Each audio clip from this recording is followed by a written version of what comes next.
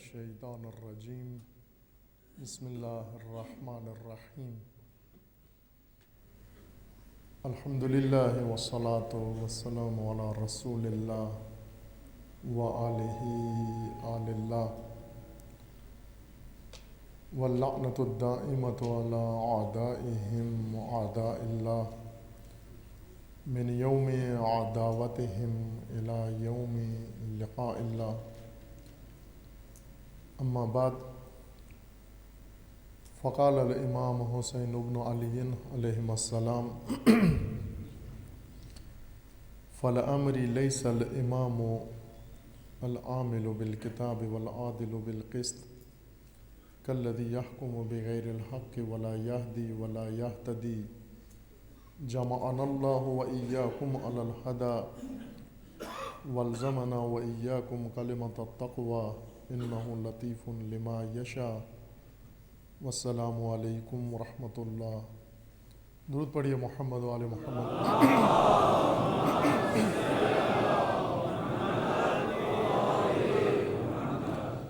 خداوند تبارک و تعالی تمام مومنین کو اپنے حفظ و امان میں محفوظ فرمائے۔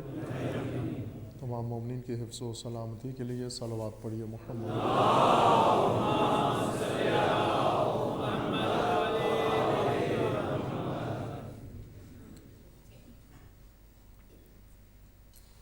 سید الشہداء علیہ الصلاۃ والسلام کا قول نورانی جو آپ نے مکہ معظمہ میں اہل کوفہ کے خطوط کے جواب میں تحریر فرمایا، اس کا ایک جملہ، ایک نورانی کلمہ اقتباس کر کے سرنامہ کلام قرار دیا ہے، جس میں سید الشہداء علیہ السلام کا فرمانا ہے فَلَأَمْرِ مَا الْإِمَامُ إِلَّا الْعَامِلُ بِالْكِتَابِ وَالْآخِذُ بِالْقِسْطِ وَالدَّاعِنُ بِالْحَقِّ وَالْحَابِسُ نَفْسَهُ عَلَى ذَاتِ اللَّهِ۔ امام کون ہوتا ہے؟ امام وہ ہے جو کتاب پر عمل کرے، عدالت قائم کرے اور دین حق کا قیام کرے، اپنے نفس کو ہر چیز سے محفوظ رکھے، فقط ذات خدا کے لیے۔ امام علیہ السلام نے جو قیام مقدس مدینہ سے شروع کیا، مرحلہ بے مرحلہ اور منزل بے منزل اس کی تشریح و تفسیر اور اس کا مقصد بیان فرمایا ہے۔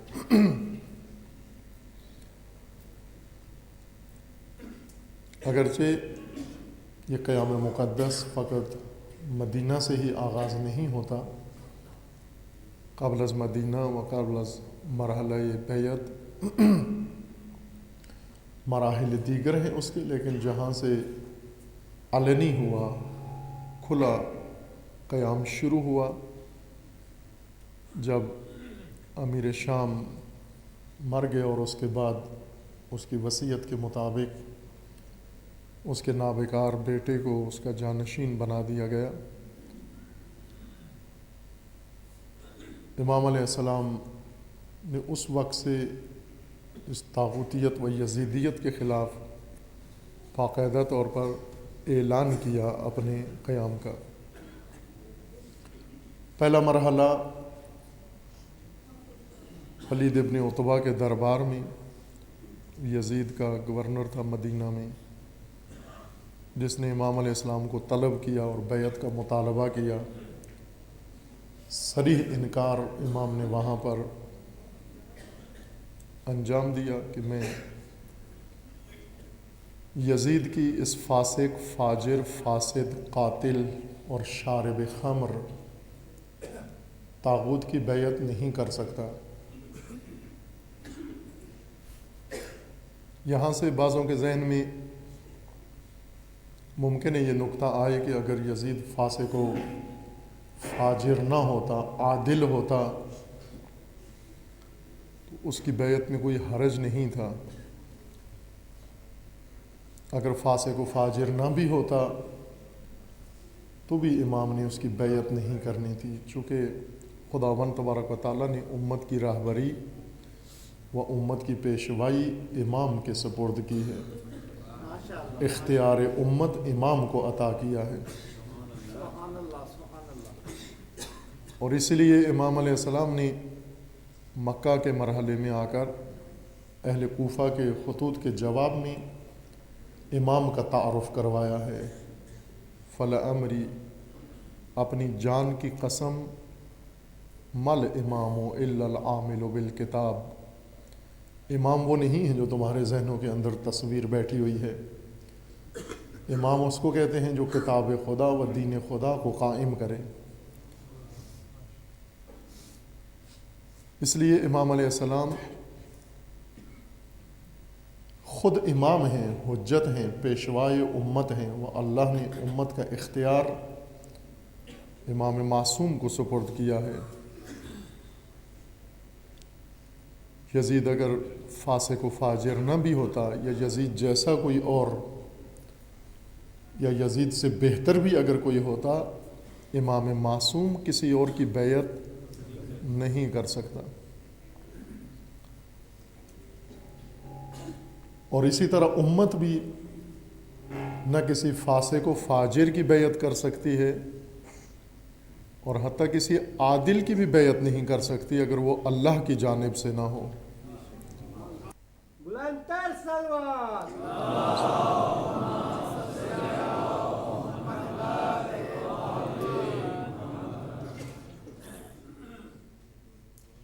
خداوند تبارک و تعالی نے امت کی ہدایت کا نظام مقرر کیا ہے، اور امت کو اپنے حال پہ نہیں چھوڑ دیا کہ اپنی پسند کے مطابق جس کا استخارہ آ جائے اس کے پیچھے چل پڑیں، جسے اکثریت چن لے اس کے پیچھے چل پڑیں، جو انہیں اچھا لگتا ہو اس کے پیچھے چل پڑیں، جس کے ساتھ سمجھوتا ہو جائے اس کے پیچھے چل پڑیں، جو ان کے مفادات پورے کرتا ہو اس کے پیچھے چل پڑیں۔ ہدایت امت کا نظام ہے، اور جس طرح خداوند تبارک و تعالی نے ہدایت کے اصول ثابت مقرر کر دیے ہیں، صراط انتخابی نہیں ہے، صراط خدا نے منسوب کر دیا، صراط مستقیم۔ ساری امت بھی ووٹیں ڈال کر صراط نہیں بدل سکتی، راستہ نہیں بدل سکتی۔ ساری مخلوق ایک طرف ہو جائے، اجماع ہو جائے، صراط میں ذرا برابر تبدیلی نہیں لا سکتے، راہ نہیں بدل سکتے، اس لیے کہ ہدایت الہی اللہ کی طرف سے ہے۔ راہ انتخاب سے نہیں چن سکتے، جب راہ انتخابی نہیں ہے تو راہبر بھی انتخابی نہیں ہے، وہ راہبر بھی اللہ کے نصب کرنے سے منسوب ہوگا۔ لہذا ساری امت اگر شریف ترین انسان، نیک ترین انسان، صالح ترین انسان کو بھی پیشکش کرے کہ امت اس کے پیچھے چلے، اس کی بھی اتباع نہیں کر سکتے، صرف اس کی اتباع کر سکتے ہیں جسے خداوند تبارک و تعالی نے مقرر کیا ہے، منسوب کیا ہے۔ امام علیہ السلام نے فرمایا کہ یزید رجل فاسق، فاسد، شارب الخمر، قاتل و معلن بالفسق ہے، ومثل لا یبایع لمثلہ، مجھ جیسا اس جیسے کی بیعت نہیں کر سکتا اور نہیں کرے گا۔ امام نے اپنی بیعت کا بھی انکار کر دیا اور تمام امت کے لیے بھی بیعت کا راستہ بند کر دیا۔ مثل لا یبایع لمثلہ، مجھ جیسا اس جیسے کی بیعت نہیں کر سکتا۔ نہ صرف یزید ابن معاویہ کی بیعت نہیں کر سکتا، بلکہ کسی بھی طاغوت کی بیعت نہیں کر سکتا، کسی بھی نظام طاغوتی و کسی بھی حکومت طاغوت کو قبول نہیں کر سکتا۔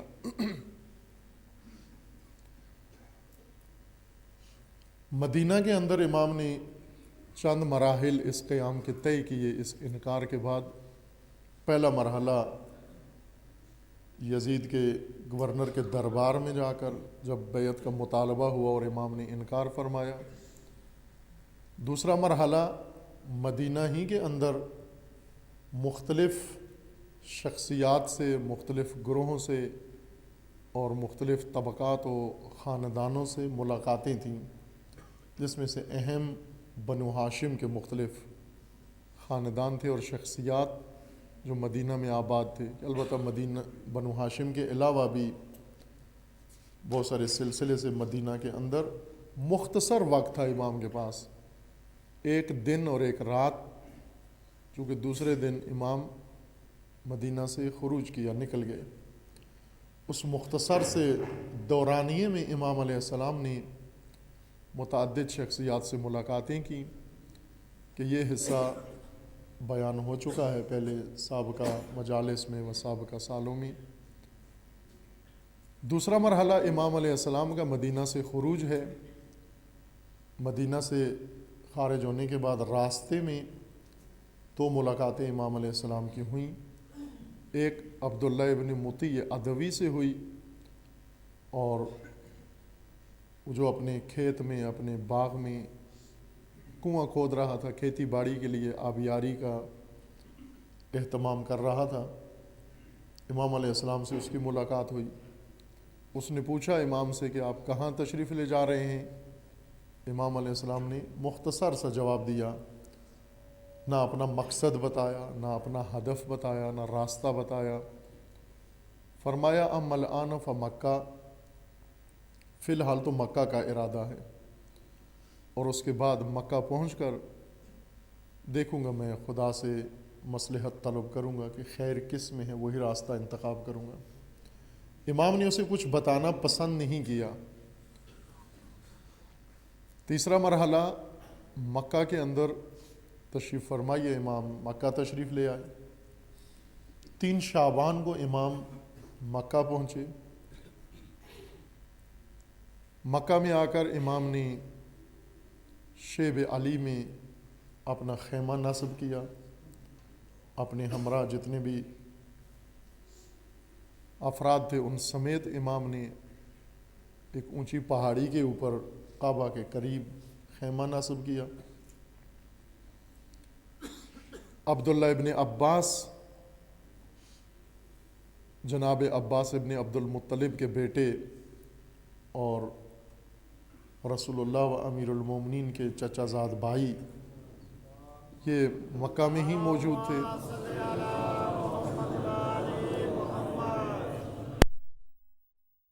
انہوں نے امام علیہ السلام سے تقاضا کیا کہ آپ اس خیمے میں قیام نہ کریں بلکہ ہمارے گھر آ جائیں.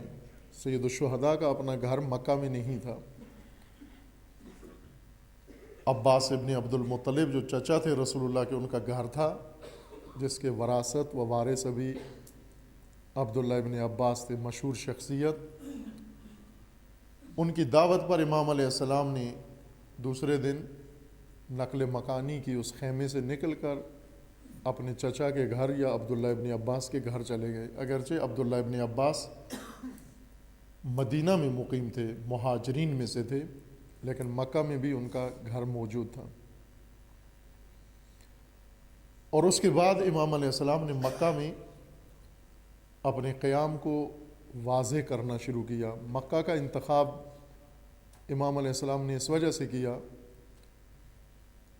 کہ مکہ کو مرکزیت حاصل ہے. کعبۃ اللہ، حرم الہی و بیت اللہ اس سرزمین پر موجود ہے، اور ایام حج بھی قریب ہیں جس میں ساری امت اور خصوصاً امت کے متدینین مختلف ممالک سے حج کی نیت سے آئیں گے. اس لیے امام علیہ السلام نے 3 شعبان سے لے کر 8 ذی الحجہ تک مسلسل مکہ ہی کے اندر اپنا قیام رکھا. اور اس دوران بہت اہم رویدادیں رونما ہوئیں، واقع ہوئیں، جن میں سے بعض اہم شخصیات کے ساتھ ملاقاتیں ہیں. امام سے پہلے 3 بڑی شخصیات مدینے کی یزید کی حکمرانی پر اعتراض کرتے ہوئے، معترض ہوتے ہوئے مدینہ چھوڑ کر مکہ آ گئے تھے، جن میں ایک عبداللہ ابن زبیر ہیں، دوسری شخصیت عبداللہ ابن عمر ہیں، اور تیسری شخصیت عبداللہ ابن عباس ہیں. یزید نے جو خط لکھا تھا گورنر مدینہ کو، ان تینوں کا نام بھی اس میں تھا. سید الشہداء علیہ السلام کا نام اور 3 یہ افراد کہ ان چاروں سے بیعت لے کر، اور خصوصیت کے ساتھ تاکید کی کہ ان چاروں میں امام حسین علیہ السلام سے حتماً بیعت لی جائے۔ جو ہی ان 3 شخصیات کو خبر ملی مدینہ میں کہ حاکم امیر شام مر گیا ہے، انہوں نے فوراً حالات کا جائزہ لے لیا اور فوراً ہی مدینہ چھوڑ دیا۔ اس سے پہلے کہ انہیں بلایا جاتا بیعت کے لیے، اپنے تجربے و بصیرت کی بنا پر سمجھ گئے کہ حالات اب بدلنے والے ہیں، کچھ اور صورت ہونے والی ہے، لہٰذا انہوں نے فوراً مدینہ چھوڑا اور تینوں مکہ آ گئے۔ مکہ میں سید الشہداء علیہ السلام کے ساتھ ان کی ملاقاتیں ہوئیں۔ عبداللہ ابن زبیر سے بھی ملاقات ہوئی، عبداللہ ابن عباس و عبداللہ ابن عمر، ان دونوں سے، کہ گزشتہ 5 مجالس جو مومنین کی خدمت میں لاہور میں توفیق نصیب ہوئی، اس ملاقات کی تفصیل بیان ہوئی ہے کہ ان شخصیات نے آ کر امام علیہ السلام کے سامنے کچھ تجاویز رکھیں اور امام علیہ السلام نے ان کے سامنے اپنا راستہ بیان کیا۔ امام نے اپنا راستہ اور اپنا مقصد اور اپنا فیصلہ سنایا، انہوں نے اپنا راستہ اور اپنا مقصد امام کے سامنے پیش کیا۔ امام نے انہیں دعوت دی کہ آپ میرے ساتھ آ جائیں، جو میں کرنا چاہ رہا ہوں اس میں شامل ہو جائیں۔ انہوں نے امام کو دعوت دی کہ آپ اس فیصلے کو چھوڑ کر، اس ارادے کو ترک کر کے ہمارے ساتھ آ جائیں اور مدینے واپس آ جائیں آپ۔ امام علیہ السلام نے ان کی تجاویز سنی اور سن کر ناگواری کے ساتھ شدید و تند الفاظ میں ان کی تجویز کی، مذمت کی اور اسے ٹھکرا دیا۔ امام نے فرمایا اف لہذا الکلام ابدا ما دامت السماوات والارض، تف ہو اس کلام پر، اس بات پر، اس سوچ پر، اس طرز فکر پر، اس ارادے پر، اس عزم پر، اس فیصلے پر، اس راہ پر، جب تک زمین و آسمان قائم ہے اس راہ پر تف ہو۔ وہ راہ کیا تھی؟ وہ راستہ یہ تھا کہ امام کو مشورہ دیا انہوں نے کہ آپ اس حکومت سے مخالفت مول نہ لیں، اس کا انکار نہ کریں، آپ مدینہ واپس آ جائیں اور بیعت بھی نہ کریں۔ دمشق سے بیعت کا مطالبہ ہو رہا ہے، امام نے بیعت کا انکار کیا ہے، اور ایک بہت ہی کھلی جنگ سامنے آنکھوں سے سب کو نظر آ رہی ہے، حکومت اور امامت کے درمیان، طاغوتی حکومت، یزیدی حکومت اور امامت کے درمیان۔ امام اور طاغوت آپس میں ٹکرانے والے ہیں، ساری دنیا کو معلوم ہو گیا، خصوصاً اہم شخصیات جن کا نام خواص ہے۔ ربط کلام کے لیے اگر فرصت ہو تو وہ گزشتہ گفتگو سماعت فرمائیں، تاکہ آپ کی خدمت میں اس سلسلہ مجالس میں جو کچھ عرض ہوگا وہ اسی کا تسلسل ہے۔ وہ ساری گفتگو یہاں دہرائی نہیں جا سکتی، نہ ہی دہرانا معقول ہے اور مناسب۔ اگر توفیق ہو تو موجود ہے نیٹ پر، اس کو آپ سن سکتے ہیں۔ حاصل کلام یہ کہ سب کو نظر آ رہا تھا کہ اس وقت امامت اور طاغوتیت آپس میں آمنے سامنے کھل کے آ گئے ہیں، اور حالات نے، خصوصاً سیاسی حالات نے کروٹ لی ہے، اور جس میں اب سب امتحان ہونے والے ہیں، سب کا امتحان ہونے والا ہے۔ ان شخصیات نے اپنے تجربے کی بنیاد پر مدینہ چھوڑا، بیعت نہیں کی انہوں نے، ان تینوں نے بیعت نہیں کی یزید کی، عبداللہ ابن زبیر، عبداللہ ابن عمر اور عبداللہ ابن عباس، 3 چوٹی کی شخصیات، بڑی شخصیات، اس زمانے کی سید الشہداء کے علاوہ، معصوم و امام کے علاوہ عام لوگوں میں یہ سب سے نمایاں شخصیات تھیں۔ اور ان کو صحابیت کا بھی شرف حاصل تھا کہ یہ صحابی بھی شمار ہوتے تھے، صحابہ کی اولاد بھی تھے اور خود بھی صحابی تھے یہ، اور بہت ہی نامور شخصیات تھیں، خواص میں ان کا شمار ہوتا تھا۔ عوام و خواص، عوام، مجھے یاد ہے یہیں پر اسی مکان مقدس میں آپ کی خدمت میں یہ فرق بیان کیا ہے، اگر یاد ہو آپ کو، حافظہ میری طرح نہ ہو، اگر آپ کا تو تیز ہو تو پھر تو یاد ہوگا آپ کو۔ عوام ان لوگوں کو کہتے ہیں جو سوچ کے، فکر کر کے، دلیل کے ساتھ کسی راستے کا انتخاب نہیں کرتے، بلکہ دیکھا دیکھی کرتے ہیں، دیکھتے ہیں کسی اور کو وہ ادھر جا رہا ہے، وہ بھی اس کے پیچھے چل پڑتے ہیں۔ پڑھے لکھے ہوں تو بھی عوام ہیں، ان پڑھ ہوں تو بھی، یونیورسٹی میں پڑھے ہوں اور یہ عمل ہو تو بھی عوام ہیں، حوزے میں پڑھے ہوں اور اس طرح سے سوچتے ہوں تو بھی عوام ہیں۔ پڑھا لکھا ہونا انسان کو خواص میں شامل نہیں کرتا۔ خواص ان لوگوں کو کہتے ہیں جو سوچ کے، فکر کے ساتھ، دلیل کے ساتھ، کسی معیار کے تحت کوئی راستہ انتخاب کرتے ہیں۔ یہ ایک رکن ہے خواص ہونے کا، اور دوسرا رکن یہ ہے کہ علاوہ اس کے کہ سوچ کے معیار کے تحت کوئی کام کرتے ہیں، وہ معیار ضروری نہیں کہ صحیح معیار ہو، ممکن ہے غلط معیار پر کام کرتے ہوں۔ خواص ہونے کے لیے صحیح آدمی ہونا ضروری نہیں ہے، ممکن ہے غلط آدمی ہو، غلط معیار ہو، لیکن جب بھی کوئی کام کرتا ہے دیکھا دیکھی نہیں کرتا، خود فیصلہ کرتا ہے، پرکھتا ہے، جانچتا ہے، کسی معیار پہ پرکھتا ہے، پھر اس کے بعد چنتا ہے کسی راستے کو۔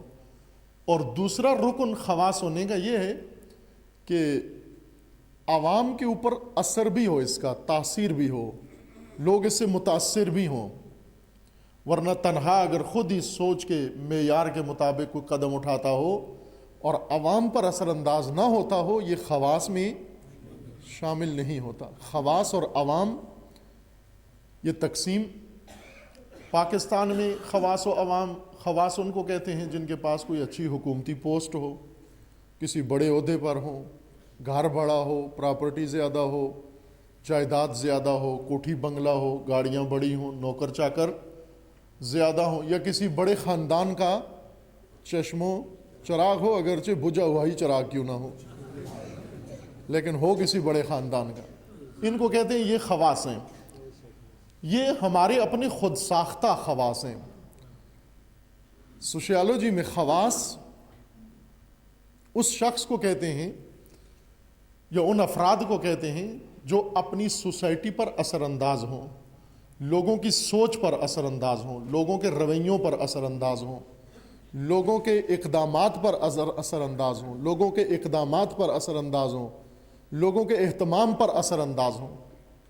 جیسے الیکشن ہوتا ہے، عوام ووٹ ڈالتے ہیں، کس کو ووٹ ڈالتے ہیں؟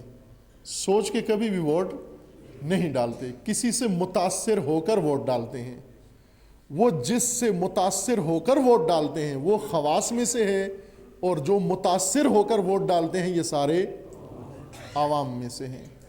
بس خواص وہ لوگ ہیں اپنے زمانے کے، ہر سوسائٹی کے اندر خواص ہیں، خواص جن کا ایک اپنا معیار ہے، اپنی سوچ ہے، اپنا ایک راستہ ہے، اور دوسرا یہ کہ اپنے عوام پر، اپنے معاشرے پر، اپنی سوسائٹی پر اثر انداز بھی ہیں۔ لوگ انہیں دیکھ کر کوئی راستہ اپناتے ہیں، کوئی فیصلہ کرتے ہیں، انہیں خواص کہتے ہیں۔ عوام اچھائی کی طرف جا رہے ہوں تو بھی خواص کی اتباع میں جاتے ہیں، اور عوام اگر برائی کی طرف جا رہے ہوں تو بھی خواص کی دیکھا دیکھی جاتے ہیں۔ آج پاکستان کے اندر عوام کی جو صورتحال ہے یہ خواص کی وجہ سے ہے۔ عوام کیوں ایسے ہیں؟ چونکہ خواص ایسے ہیں۔ عوام اپنے خواص کو دیکھتے ہیں، ان خواص کی مقلد ہیں، بے اختیار طور پر ان کے پیچھے جاتے ہیں۔ سید الشہداء علیہ السلام کے زمانے میں عوام کا رویہ، عوام بالعموم، تمام عوام، معرکہ کربلا میں عوام وہ لوگ تھے جو اپنے اپنے شہروں میں تھے، مدینہ کے عوام مدینہ میں تھے، مکہ کے عوام مکہ میں تھے، یمن و مصر کے عوام یمن و مصر میں تھے، کوفہ و بصرہ کے عوام کوفہ و بصرہ میں تھے۔ نہ سید الشہداء کو مارنے آئے، نہ سید الشہداء کو بچانے آئے، اپنے کام کاج میں مصروف رہے، کاروبار کرتے رہے، اپنی معمول کی زندگی میں رہے۔ اس وقت جیو بھی نہیں تھا کہ خبریں سنتے، فیس بک بھی نہیں تھا کہ اس پہ بیٹھ کے کچھ نہ کچھ، خبریں بھی دیر سے پہنچتی تھی انہیں، اپنی معمول کی زندگی میں مصروف تھے۔ اور انہیں خبر بھی تھی یزید کے برسر اقتدار آنے کی، سید الشہداء کے قیام کی بھی خبر تھی انہیں، خبر بڑی جلدی پھیلی، اس کے باوجود عوام نے کوئی رد عمل نہیں دکھایا، نہ یزید کی مخالفت میں امام حسین کے ساتھ آ کے ملے، اور نہ ہی امام حسین کی مخالفت میں یزید کے ساتھ جا کر ملے، لا تعلق ہو کر اپنی معمول کی زندگی بسر کرتے رہے۔ اور انہوں نے کہا کہ یہ سیاسی جھگڑا ہے، ہمیں اس سے کیا ہے، یہ خود جانیں جو جھگڑ رہے ہیں۔ عوام نے کوئی دلچسپی نہیں لی۔ کیوں نہیں لی؟ اکثر میں نے عرض کیا ہے کہ 72 تن، البتہ مشہور تعداد ہے، ورنہ روایات میں شہداء کربلا زیادہ ہیں، قطعاً زیادہ ہیں، 100 سے زیادہ ہیں، لیکن معروف یہ تعداد ہوئی ہے 72 شہداء۔ 72 یا 100 شہداء یہ کربلا آئے، اور 72 لاکھ عوام میں سے کوئی بھی کربلا نہیں آیا۔ وہ بے خبر نہیں تھے، آگاہ تھے، جانتے تھے، لیکن انہیں کوئی دلچسپی نہیں تھی اس معرکے سے کہ اس میں آ کر شریک ہوں، اس میں آ کر کوئی حصہ لیں۔ کس وجہ سے؟ اس وجہ سے کہ یہ عوام خواص کی طرف دیکھ رہے تھے، اور خواص لا تعلق تھے۔ خواص کی لا تعلقی عوام کو لا تعلق بنا دیتی ہے۔ 72 لاکھ کیوں نہیں آئے کربلا میں؟ اس لیے کہ ہر معاشرے کے خواص ان کو اس واقعے سے کوئی سروکار نہیں تھا، نہ ان کو یزید سے کوئی سروکار تھا، اور نہ انہیں سید الشہداء سے کوئی سروکار تھا، جس کی مثال یہ 3 شخصیات ہیں۔ البتہ تینوں خواص میں سے ہیں، یہ 3 نمائندے ہیں خواص کے، اس زمانے کے خواص کے، لیکن تینوں الگ الگ شخصیت کے مالک ہیں۔ عبداللہ ابن زبیر ایک فعال مخالف ہیں یزید کے حکومت کے، لیکن نہ اس دلیل کے تحت جس دلیل سے امام حسین علیہ السلام مخالف ہیں، اپنی دلیل کے ساتھ مخالف ہیں۔ مخالف اس وجہ سے ہیں کہ خود مدعی ہیں خلافت کے، وہ یہ ذہنیت رکھتے تھے، یا انہیں یہ بتایا گیا تھا، ان کی ذہنیت بنا دی گئی تھی کہ سب سے زیادہ مستحق خلافت کے آپ ہیں۔ اس وجہ سے وہ منتظر تھے اس دن کے، اور جو ہی یزید برسر اقتدار آیا، انہوں نے بھی فوراً مدینہ سے نکلے، رات کو نکلے، اور گمنام راستے سے نکلے، اصلی راستے سے نہیں آئے، مدینہ مکہ پہنچ آئے۔ سید الشہداء دوسرے دن نکلے، سید الشہداء کو بھی مشورہ دیا گیا کہ ہم بھی رات کو نکلیں اور گمنام راستے سے نکلیں۔ سید الشہداء نے فرمایا، نہ، خدا کی قسم میں کبھی بھی نہ رات کو چھپ کے جاؤں گا، نہ گمنام راہوں سے جاؤں گا، میں اصلی راہ سے جاؤں گا اور دن کی روشنی میں جاؤں گا، یا مکہ پہنچ جاؤں گا یا راستے میں شہید ہو جاؤں گا، کہ اگر میں نے اصلی راہیں چھوڑ دیں امت کو جواز مل جائے گا راستے بدلنے کا۔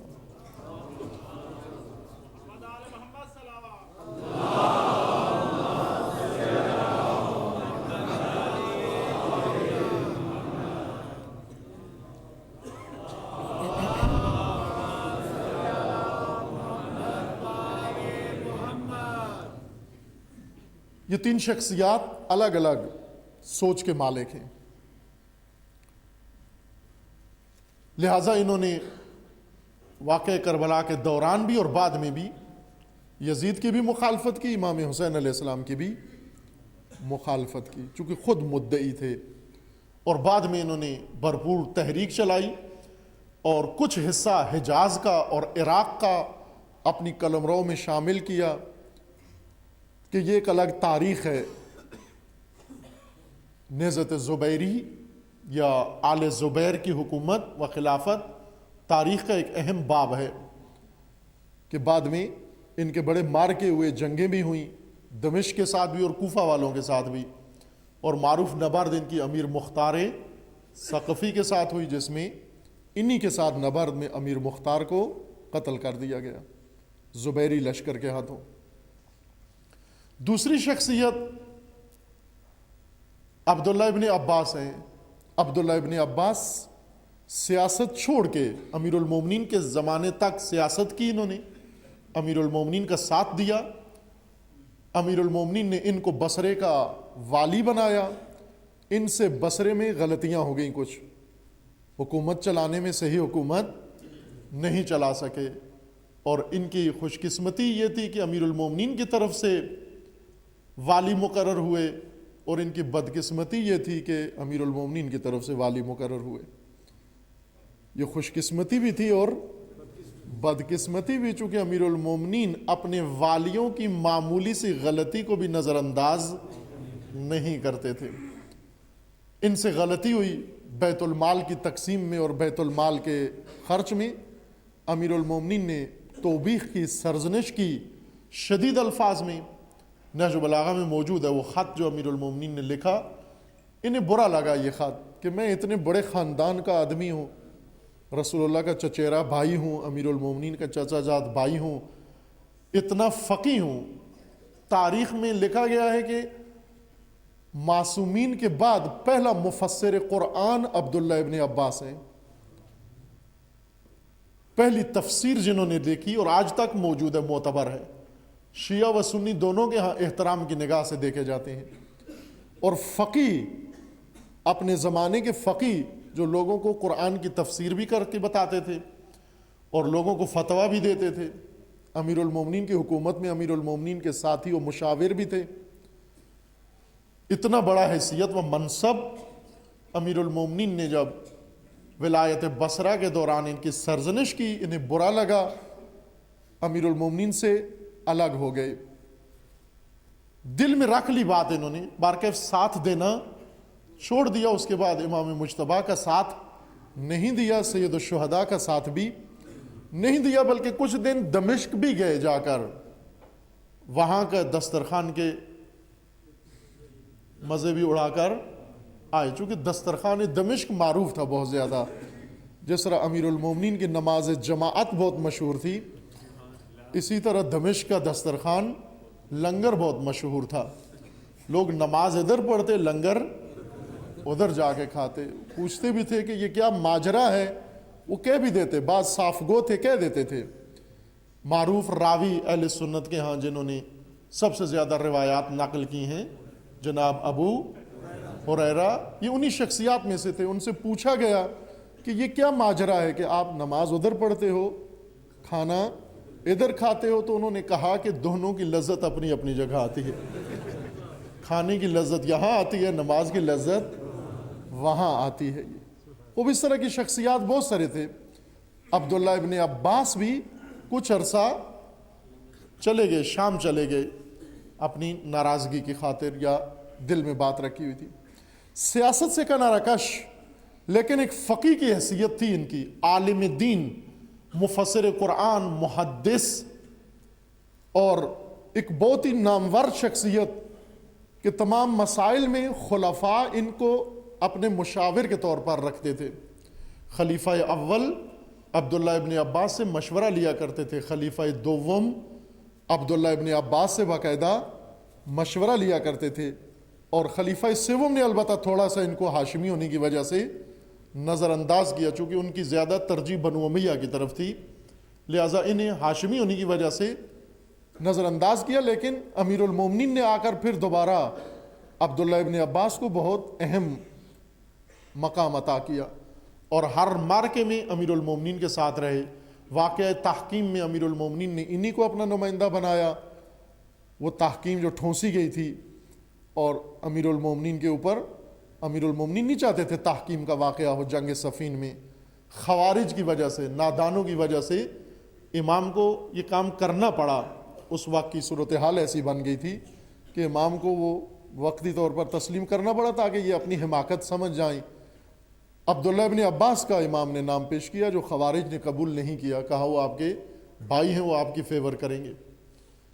یہ شخصیت عالم، فقی، محدث، مفسر اور بہت ہی اہم خاندانی و سیاسی و سماجی حیثیت تھی ان کی۔ تیسری شخصیت عبداللہ ابن عمر کہ یہ ایک پارسا اور زاہد کے عنوان سے معروف تھے، تارک دنیا، جن کو نہ سیاست سے کوئی سروکار تھا اور نہ باقی کسی حیثیت سے کوئی سروکار تھا۔ خلیفہ دوم کے بیٹے یہ معروف تھے، تارک دنیا۔ ان کا زیادہ کام نماز، روزہ اور تسبیح و مصلی اور عبادت اور نماز میں زیادہ تر مصروف رہتے، دنیاوی امور میں اتنی دلچسپی نہیں تھی ان کی۔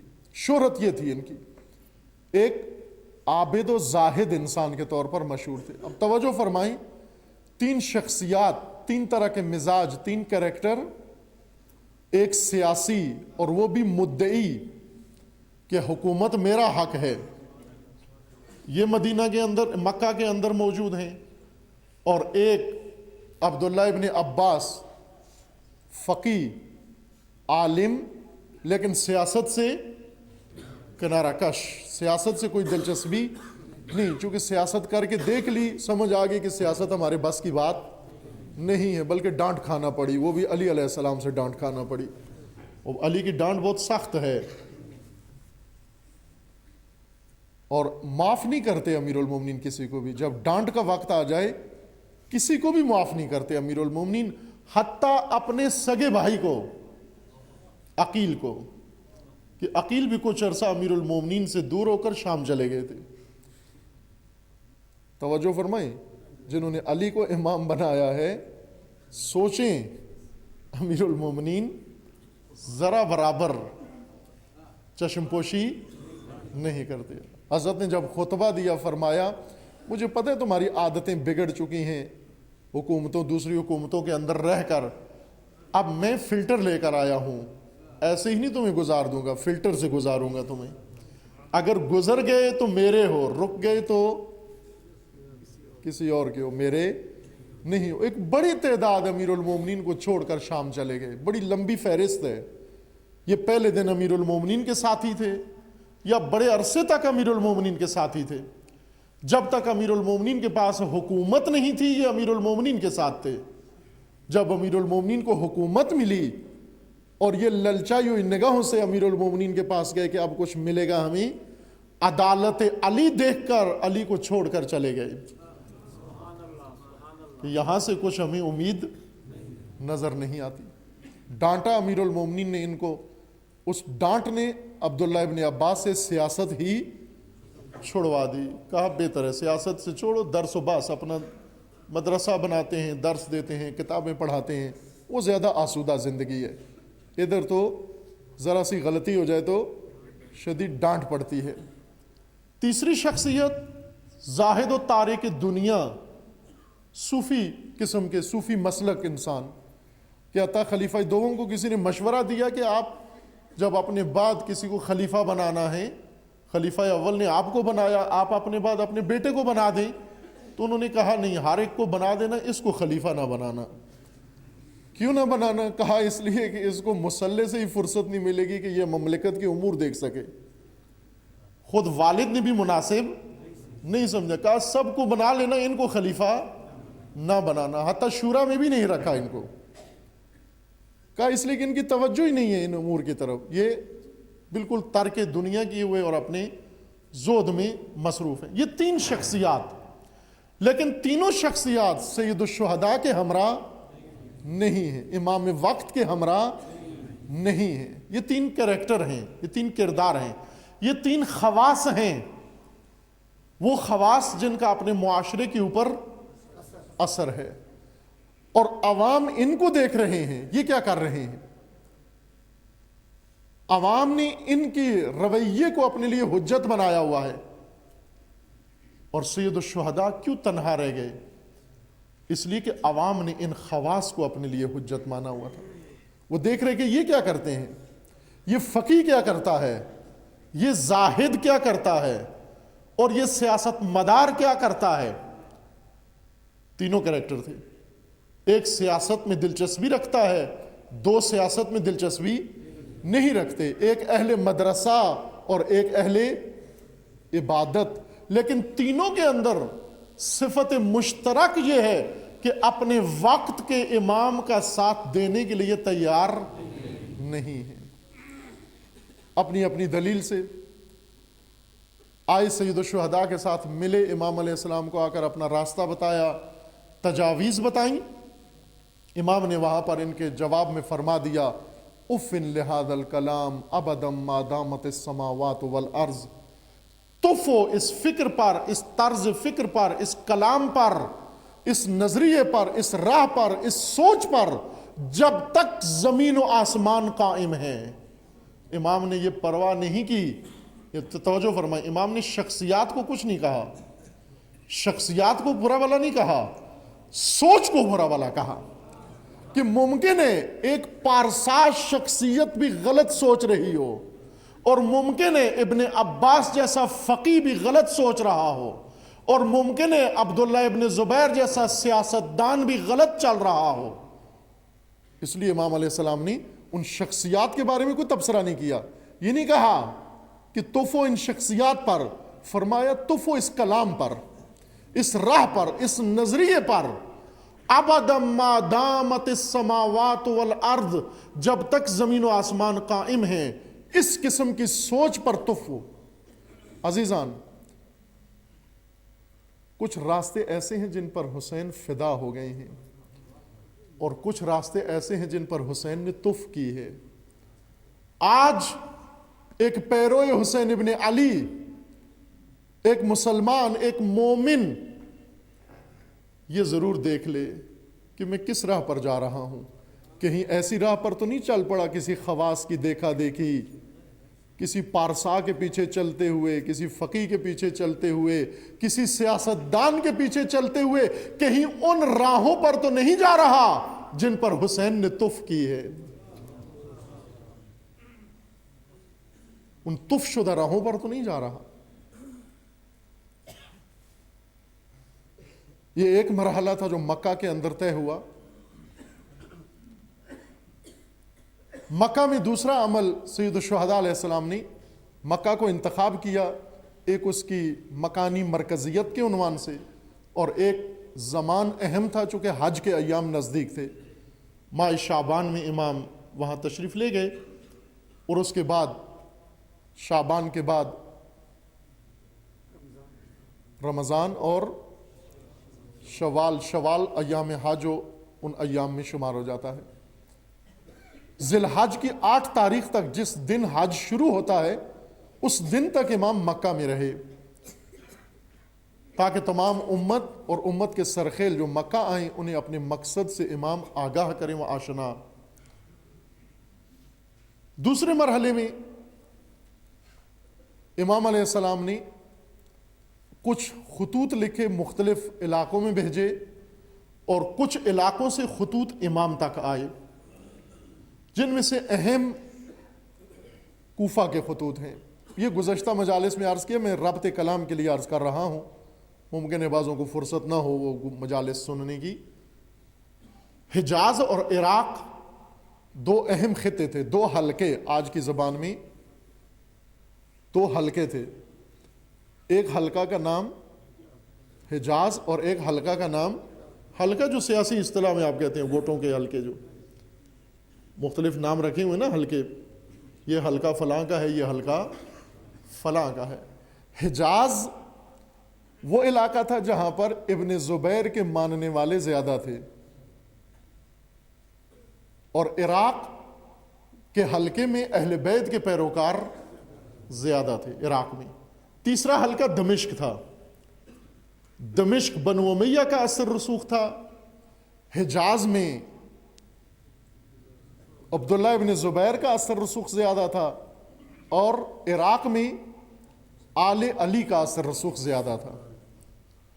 عراق تقریباً وہی بنتا ہے جو آج کا عراق ہے, اس وقت بھی اسی کو عراق ہی کہتے تھے, کچھ تھوڑے سے فرق کے ساتھ کہ یہ کویت کا علاقہ بھی عراق میں شامل تھا. کچھ اور تھوڑے سے علاقے بھی عراق ہی کا حصہ تھے، لیکن یہی علاقہ بنتا ہے. دمشق بھی یہی علاقہ ہے، البتہ بشمول فلسطین اور لبنان کے. یہ سارا دمشق کہلاتا تھا. یہ بنو امیہ کے زیر تسلط تھا. یہاں پر نظریاتی طور پر لوگ بنو امیہ کے تفکر کے حامی تھے. اور حجاز یہ علاقہ جس میں مکہ و مدینہ ہے اور جدہ، طائف، یہ دائرہ، یہ حجاز کہلاتا ہے. اس کے ساتھ ایک علاقہ ہے نجد. یہ ظاہراً اس وقت اتنا آباد نہیں تھا.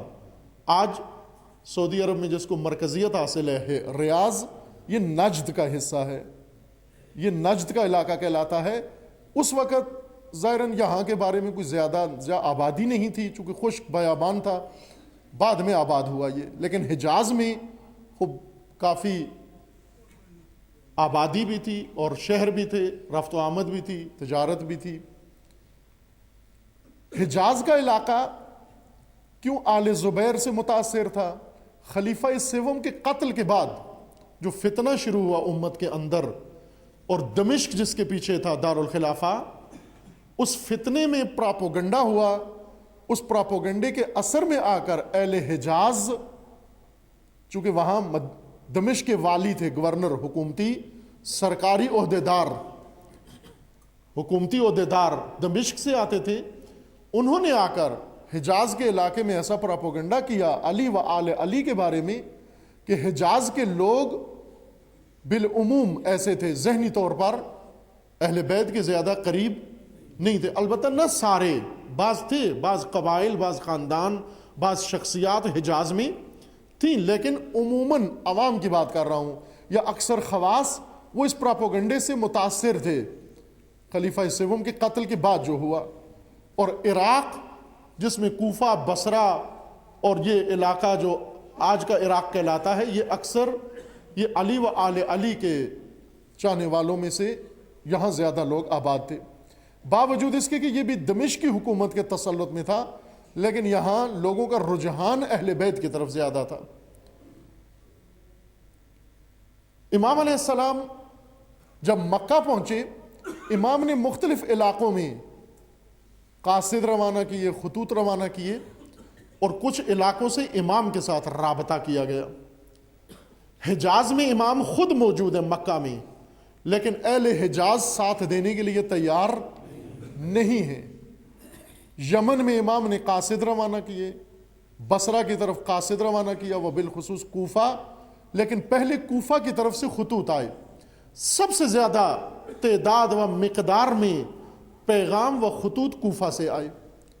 کوفہ میں جو ہی یہ خبر پھیلی امیر شام کے مرنے کی اور یزید کے تخت نشین ہونے کی، کوفہ میں پہلے سے ہی یہ جراثیم موجود تھے، پہلے سے ہی مخالفت دمشق کی موجود تھی.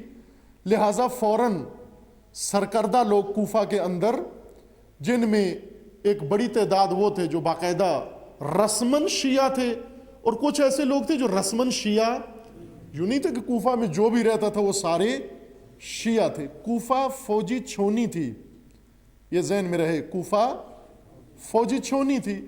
خلیفہ دوم کے زمانے میں جب روم کا علاقہ فتح ہوا تو روم کے بارڈر پر فوجی لشکر کے لیے چھونی بنائی گئی. کوفہ غیر آباد جگہ تھی، بارڈر کے علاقے سوکل جیشی اہمیت کی وجہ سے یہاں پر مسلمان فوج کے لیے یہ چھونی بنائی گئی.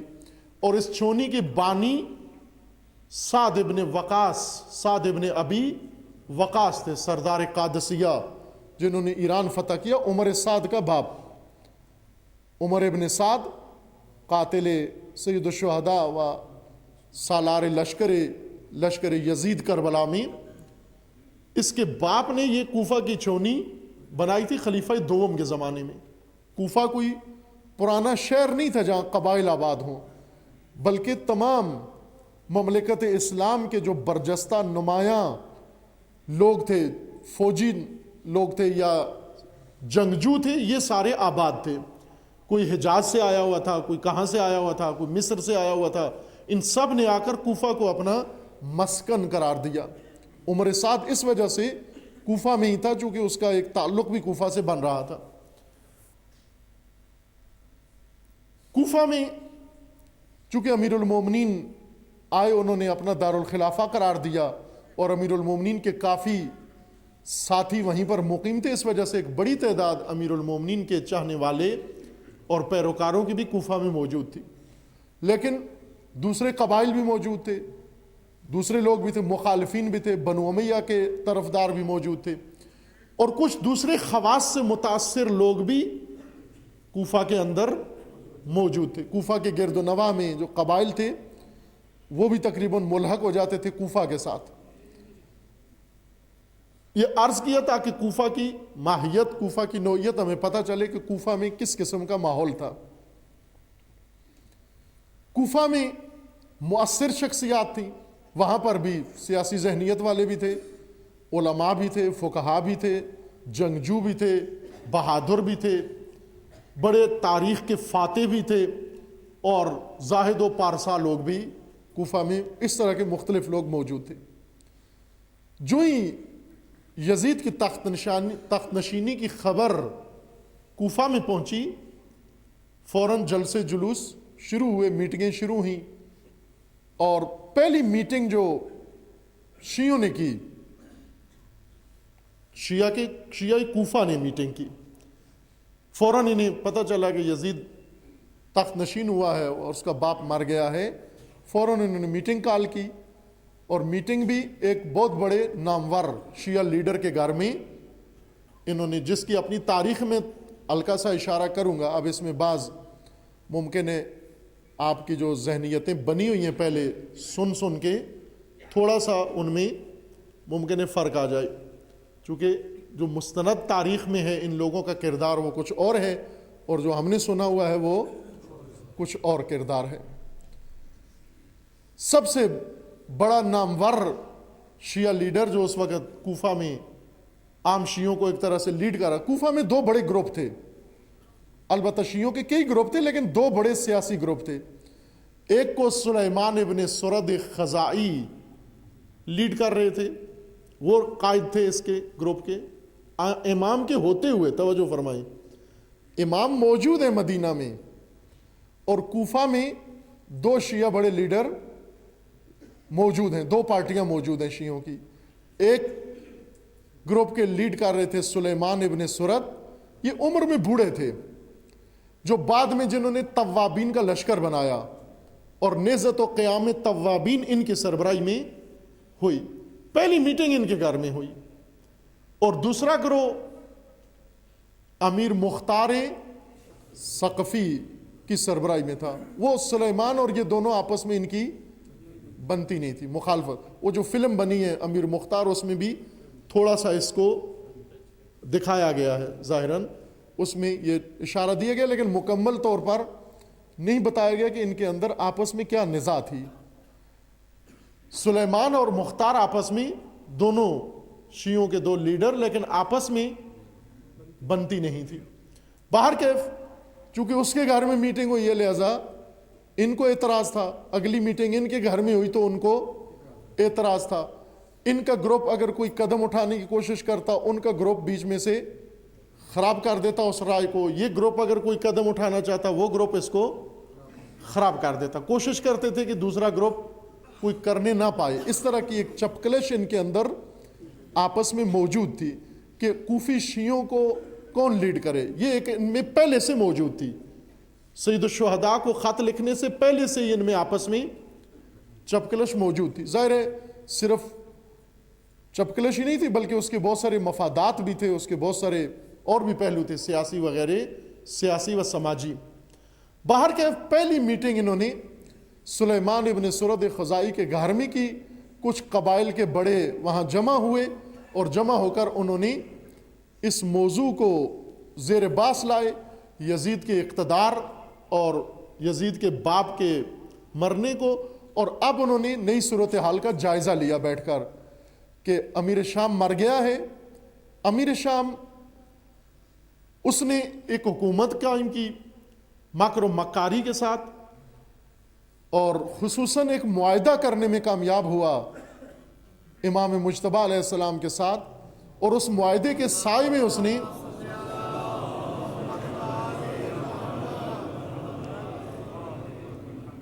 اس کا سہارا لے کر اس نے حکومت کی، کہ وہ معاہدہ بھی اشارہ کیا ہے سابقہ مجالس میں کہ واضح نہیں ہے، تجزیہ تحلیل نہیں ہوا اس طرح سے، تاریخ کو کھول کے نہیں پیش کیا گیا، اسی طرح بند گول مول کنفیوژن چلی آ رہی ہے تاریخ کے اندر، جبکہ امام مجتبی علیہ السلام نے خود فرمایا کہ میں نے یہ صلح کیوں کی ہے۔ امام نے فرمایا میں نے کی نہیں ہے، مجھ پر صلح ٹھونسی گئی ہے۔ جس طرح امیر المومنین کو محروم رکھا گیا 25 سال، وہ امیر المومنین کا اپنا انتخاب نہیں تھا۔ جس طرح جنگ صفین میں تحکیم امیر المومنین کا اپنا انتخاب نہیں تھا، بلکہ بیوقوفوں کی طرف سے اپنے امام کے لیے یہ ماحول بنا دیا گیا، ٹھونسا گیا، اور امام نے نہ چاہتے ہوئے تحکیم کو قبول کیا۔ اسی طرح امام مجتبی فرماتے ہیں کہ میں صلح کے لیے نہیں گیا تھا، میں تو جنگ کے لیے میدان جنگ میں گیا تھا۔ یہ صلح میدان جنگ میں ہوئی ہے۔ میدان جنگ میں امام جنگ کے لیے گئے تھے، لیکن جنگ میں ایک پیچیدگی پیدا ہو گئی۔ یہاں میں مختصر عرض کر دوں صرف آپ کے سوچنے کے لیے موضوع، کہ دو غلط نظریے پیش کیے جاتے ہیں۔ ایک یہ کہ کیوں امام حسین نے جنگ کی اور امام حسن نے صلح۔ بعض یہ کہتے ہیں کہ اس لیے کہ امام حسن و امام حسین میں فرق تھا، ایک کا مزاج جنگی تھا، دوسرے کا مزاج صلح والا مزاج تھا۔ اب یہ بعضوں کے ذہن میں یہ بات ہے، لکھتے بھی ہیں، کہتے بھی ہیں، ٹی وی پر بھی کہتے ہیں، بعض مجلسوں میں بھی کہہ دیتے ہیں، پڑھ دیتے ہیں۔ ایک کو سبز قبا کہتے ہیں، ایک کو سرخ پوش کہتے ہیں۔ یہ آپ نے سنا ہوگا، یہ سرخی و سبزی یعنی سبز امن کی علامت ہے اور سرخ جنگ کی علامت ہے۔ یعنی اول سے ہی جو امام حسن پیدا ہوئے تو رسول اللہ نے ایک سبز رومال منگوایا اور حسن کے گلے میں ڈال دیا، پھر جو امام حسین پیدا ہوئے تو ایک سرخ رومال منگوایا اور امام حسین کے گلے میں ڈال دیا، اور رسول اللہ نے فرق کر دیا کہ یہ امن والا امام ہے اور یہ جنگ والا امام ہے۔ نہ غلط کیا آپ نے، یہ آپ کے کھوپڑی میں غلطی ہو گئی ہے، ورنہ رسول اللہ نے دونوں کا نام خدا کی وحی سے تجویز کیا ہے۔ نعرہ تکبیر، نعرہ رسالت، نعرہ حیدری۔ رسول اللہ کا فرمانا ہے کہ الحسن والحسین امامان قاما او قعدا، یہ دونوں امام ہیں، کھڑے ہوئے ہوں تو بھی امام ہیں، بیٹھے ہوئے ہوں تو بھی امام ہیں۔ حسن و حسین میں کوئی فرق نہیں ہے۔ اگر امام حسن امام حسین سے زیادہ شجاع نہ ہو تو امام حسین سے کمتر نہیں ہے۔ دونوں امام ہیں عزیز ایمان، فرق حسن و حسین میں نہیں ہے۔ بعض آ کر کہتے ہیں کہ یہ اس وجہ سے ایک جگہ جنگ اور ایک جگہ صلح ہوئی چونکہ معاویہ اور یزید میں فرق تھا آپس میں، کہ یزید مولن تھا، کھل مکھلا فاسق تھا، اور معاویہ چھپا ہوا تھا، وہ ظاہر مسلمانوں والا تھا اور باطن اور تھا۔ بعض اس طرف فرق کرتے ہیں۔ نہ عزیز ایمان، نہ یزید اور اس کے باپ میں کوئی فرق تھا، نہ حسن اور حسین کے درمیان کوئی فرق تھا۔ وہ دونوں بھی ایک جیسے، یہ دونوں بھی آپس میں ایک جیسے۔ فرق کہاں تھا؟ فرق حسن اور حسین کے اصحاب میں تھا۔ اصحاب حسنی و اصحاب حسینی میں فرق تھا۔ اصحاب حسینی کو تو آپ جانتے ہیں، اصحاب حسینی کون تھے؟ کہ امام حسین نے شب عاشور چراغ بجھا کر ان سے حجت اٹھا لی، بیعت اٹھا لی، کہا تم جا سکتے ہو۔ بجھے ہوئے چراغ میں بھی میدان چھوڑ کر نہیں گئے۔ اور اصحاب حسنی کون تھے؟ میدان جنگ میں آ کر انہوں نے منصوبہ بنایا۔ یہ روایت گزشتہ مجالس میں پیش کی ہے، ایک مومنین سے وہاں سوال بھی کیا تھا، آپ سے بھی دہرا دیتا ہوں وہ نقطہ کہ پڑھیے گا، البتہ پوچھیں نہیں، پوچھنا نقل ہے، نقل امتحان میں صحیح نہیں ہوتی۔ پڑھیں، جا کر مطالعہ کریں، وہ مطالعے سے جواب ڈھونڈ لیا تو سمجھو پاس ہو۔ احتجاج طبرسی ایک کتاب ہے الاحتجاج، جس میں ائمہ اطہار کے مناظرے اور احتجاجات ذکر کیے گئے ہیں۔ اس کتاب کے اندر احتجاجات امام حسن میں امام علیہ السلام خود فرما رہے ہیں کہ میں نے صلح کیوں کی. امام فرماتے ہیں کہ میں نے دیکھا کہ میرے ساتھیوں نے اور میرے دشمنوں نے میرے بارے میں 2 منصوبے بنائے ہیں. میں نے ان دونوں منصوبوں کو دیکھا تو مجھے اپنے دشمن کا منصوبہ اپنے ساتھیوں کے منصوبے سے بہتر لگا. ساتھیوں نے کیا منصوبہ بنایا تھا؟ ساتھیوں نے، یہ امام خود فرما رہے ہیں کہ میرے ساتھیوں نے یہ منصوبہ بنایا کہ مجھے اسیر کریں، گرفتار کریں، رسیوں میں باندھ کے شامیوں کے ہاتھ مجھے فروخت کر دیں اور پیسے لے لیں. یہ ان کا منصوبہ تھا.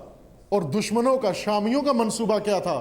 وہ یہ تھا کہ ہر قیمت پر اقتدار لے لیں، حکومت لے لیں، ہر قیمت پر لے لیں. امام نے دیکھا کہ ان کا مقصد قیمت ہے، ان کا مقصد اقتدار ہے، ان کا مقصد مجھے شامیوں کے حوالے کر کے مال لینا ہے. میں نے ان کا منصوبہ بھی دیکھا، ان کا منصوبہ بھی دیکھا، مجھے ان کا منصوبہ ان سے بہتر نظر آیا.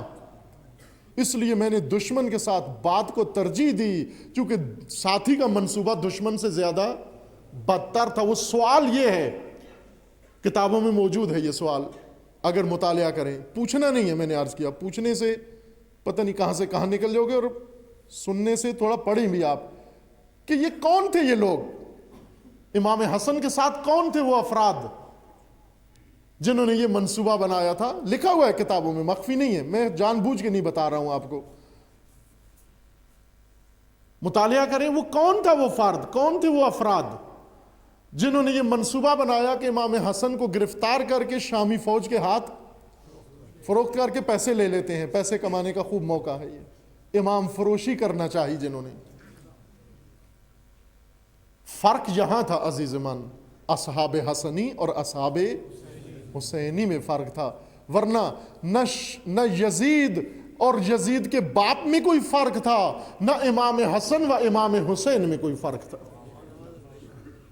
اس معاہدے کی آڑ میں جو ان حالات میں منعقد کروایا گیا، امیر شام نے حکومت کی، اور اس حکومت کے بعد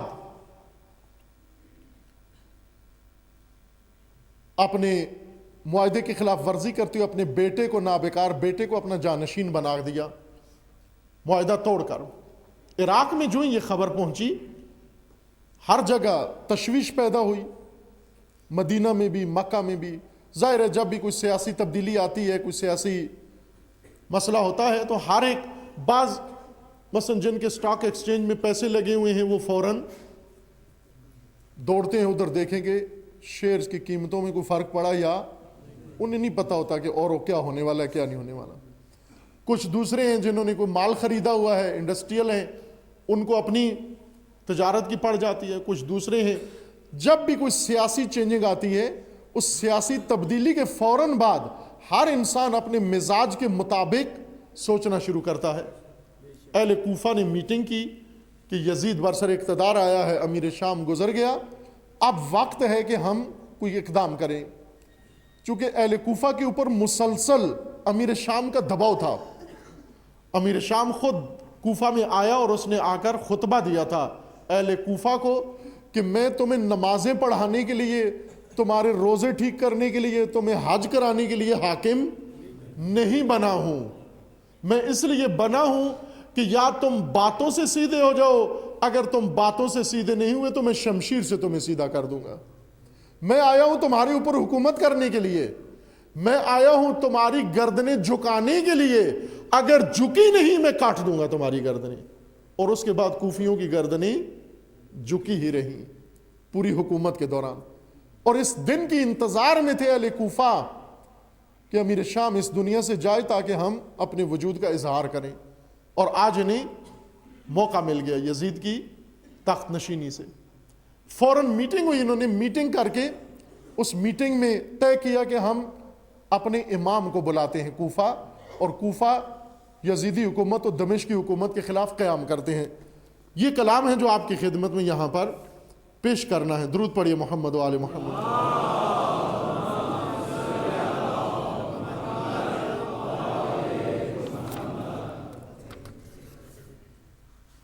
امام علیہ السلام فلما بلغ اہل الکوفہ ہلاک معاویہ ارجف اہل العراق بیزید وقالوا قد امتنع حسین علیہ السلام و ابن الزبیر ولاحق بمکہ.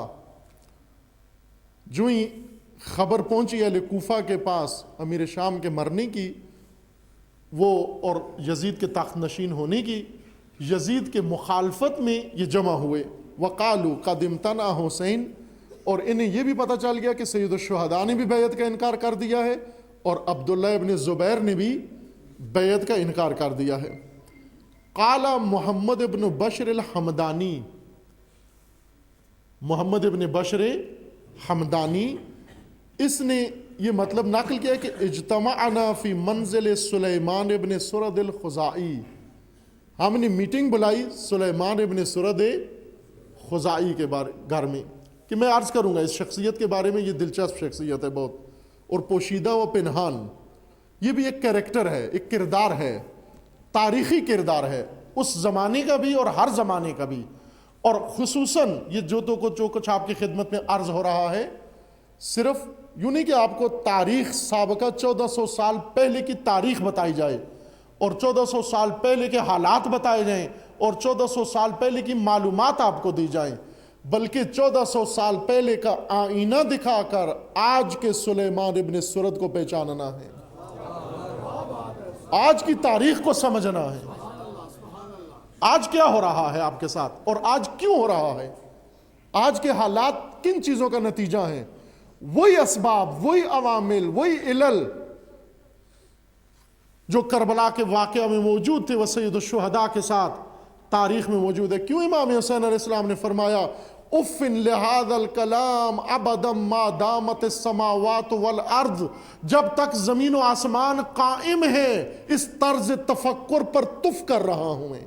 امام کو معلوم تھا کہ یہ طرز تفکر بڑھے گا، آگے جائے گا یہ، اور یہ طرز تفکر کبھی ممکن ہے کہ میرے نام سے پھیلا دیا جائے، حسین کے نام مقدس سے وہ راستہ متعارف کروا دیا جائے جس پر حسین تف کر رہے ہیں. اف لہذا الکلام، تف و اس راہ پر. یہ محمد ابن بشر حمدانی کا کہنا ہے کہ ہم جمع ہوئے سلیمان ابن سرد خزائی کے گھر میں. فخطبنا فقالا، سلیمان ابن سرد جب ہم جمع ہوئے، اب عرض کروں گا کہ کتنے لوگ جمع ہوئے، کون کون سے تھے. اس نے کہا کہ ان معاویہ قد ہلکا، سلیمان ابن سرد نے میزبان تھے میٹنگ کے، انہوں نے بات کی، کہا کہ آپ کو پتہ چلا کہ امیر شام مر گیا ہے.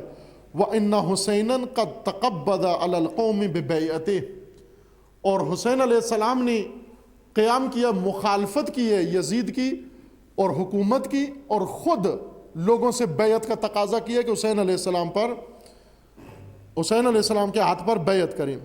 وَقَدْ خَرَجَ إِلَى مَكَّةَ، اور تازہ ترین میٹنگ میں صورتحال، تازہ ترین آلات سے سلیمان ابن سرد نے اہل میٹنگ کو آگاہ کیا. اس میٹنگ میں صرف شیعہ تھے، بڑے لیڈران.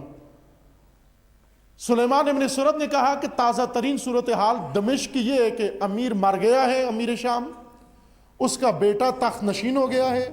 مدینہ کی خبر یہ ہے کہ امام حسین علیہ السلام نے بیعت کا انکار کر دیا ہے، اور تازہ ترین خبر یہ ہے کہ امام حسین مدینہ چھوڑ کر مکہ آ گئے ہیں اور ساتھی اکٹھے کر رہے ہیں اور حکومت کی مخالفت کے لیے اور قیام کے لیے یزید کی حکومت کے خلاف ناصرین جمع کر رہے ہیں، انصار جمع کر رہے ہیں.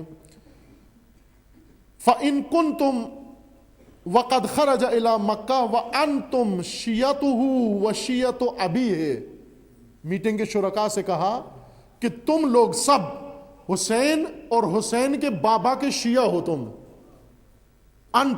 سارے شرکاء میٹنگ، تم سب شیعہ حسین ہو اور شیعہ علی ہو، امیر المومنین کے شیعہ ہو تم.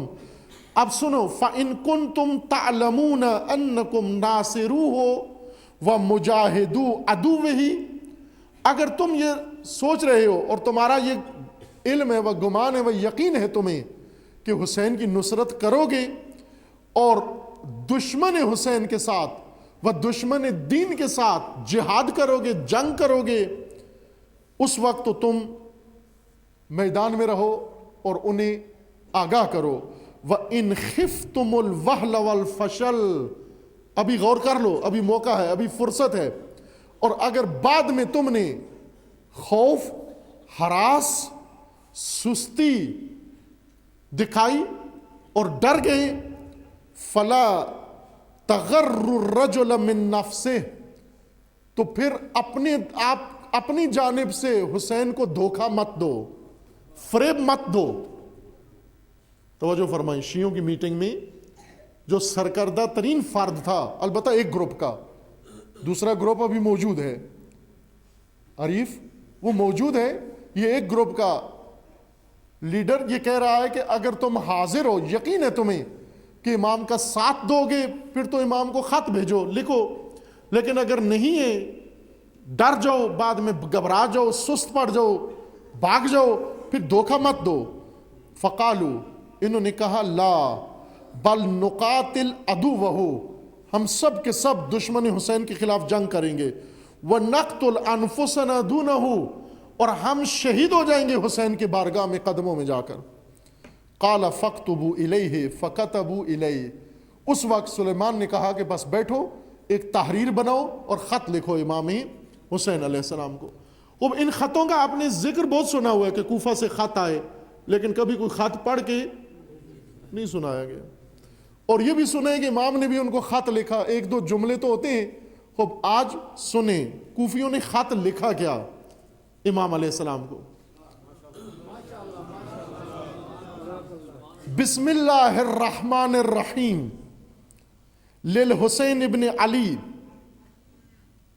اللہ کے نام کے ساتھ خط شروع کیا. کس کی طرف؟ حسین ابن علی کی طرف. من سلیمان ابن سرد، پہلا نام سر فہرست، والمسیب ابن نجبہ، ورفاع ابن شداد، وحبیب ابن مظاہر، وشیعتہ من المؤمنین والمسلمین من اہل الکوفہ. یہ چار بڑے سردار، صرف چار نہیں تھے اور بھی تھے. یہ چار کے نام میں ابھی آئے گا کہ پھر بعد میں ایک بھرمار شروع ہو گئی، خط لکھنے کی نہضت شروع ہو گئی. اور اتنے خط لکھے کہ امام علیہ السلام کو مکہ میں یہ سارے خط پہنچے. بعضوں نے ان کی تعداد 18,000 سے بھی متجاوز ذکر کی ہے، بعضوں نے مختلف ذکر کی ہے. امام نے چھانٹی کی ہے وہ خط، جو ایک ایک انڈیویجول خط تھے، انفرادی خط تھے، امام نے چھوڑ دیے. جو اجتماعی خط تھے جس کے اوپر 100 200 آدمیوں کے دستخط سے امام نے وہ خط الگ کیے، وہ بھی ایک سے زیادہ اونٹ کا بار بنا، اتنے خط تھے.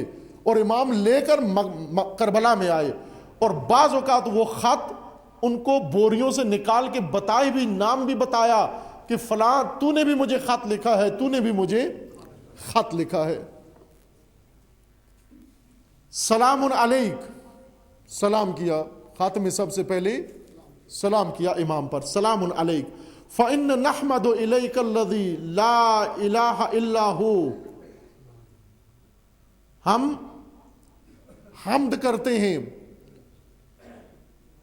اس خدا کی جس کے علاوہ کوئی معبود نہیں ہے. تیرے سامنے اے حسین ہم حمد کرتے ہیں اس خدا کی جس کے علاوہ کوئی معبود نہیں ہے. اما بعد فالحمد للہ الذی قسم عدوک الجبار العنید، حمد ہے اس خدا کی کہ جس نے تیرے دشمن کی کمر توڑ دی ہے. کوفیوں کے پینترے دیکھیں گے آئیں خط میں کیا جذبے ان کے، خط کیسا لکھ رہے ہیں. الحمد للہ الذی قسم عدوک، حمد ہے اس خدا کی کہ جس نے کمر توڑ دی، پشت توڑ دی.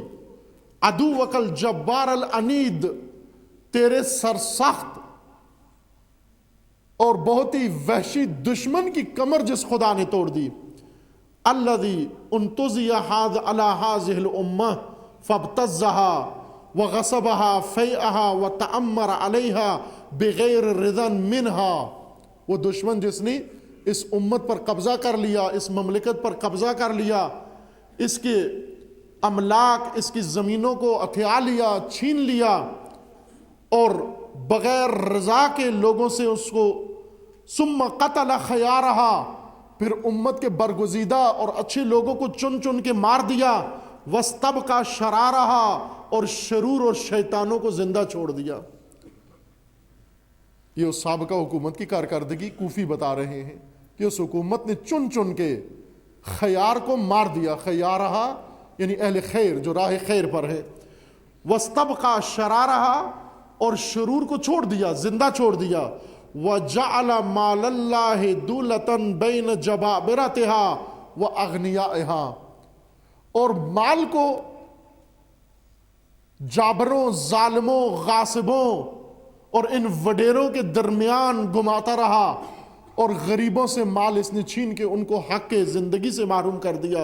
فَبُعْدًا لَهُ كَمَا بَعُدَتْ ثَمُودَ، مردباد، دور باد رحمت خدا سے یہ حکومت اور اس کے کارندے، جس طرح سے قوم سمود دور تھی۔ انہ لیسا، اب کوفی خط لکھ رہے ہیں، انہ لیسا علینا امام، ہمارا کوئی امام نہیں ہے۔ کوفہ میں کوئی امام نہیں ہے، توجہ فرمائیں، امام موجود ہے مدینہ میں، اور کوفی کیا لکھ رہے ہیں کہ انہ لیسا لنا امام، ہمارا کوئی امام نہیں ہے، یعنی آپ کوفہ آئیں تو ہمارے امام ہیں۔ بہت ساری قومیں ہیں اگر ان کے وطن میں سرزمین میں جب تک امام نہ ہو وہ کہتے ہیں ہمارا کوئی امام نہیں۔ آخر ایسے تو ممکن نہیں ہے کہ خدا امام اس طرح سے بنائے کہ وہ امام ہر جگہ، ہر گاؤں میں اور ہر شہر میں ہو۔ امام تو ایک مرکز میں ہوگا۔ اگر مرکزی امام کو امام نہ مانے، مرکزی راہبر کو رہبر نہ مانے، اور یہ کہیں جب تک آپ کوفہ میں نہیں آتے انہ لیس لنا امام، ہمارا کوئی امام نہیں ہے، فاقبل لعل اللہ ان یجمعنا بک علی الحق، پس حسین آپ آئیے، ہماری طرف آئیے، بلا رہے ہیں، آپ ہماری طرف آ جائیے، شاید آپ کے ذریعے خدا ہمیں اکٹھا کر دے، حق پر اکٹھا کر دے۔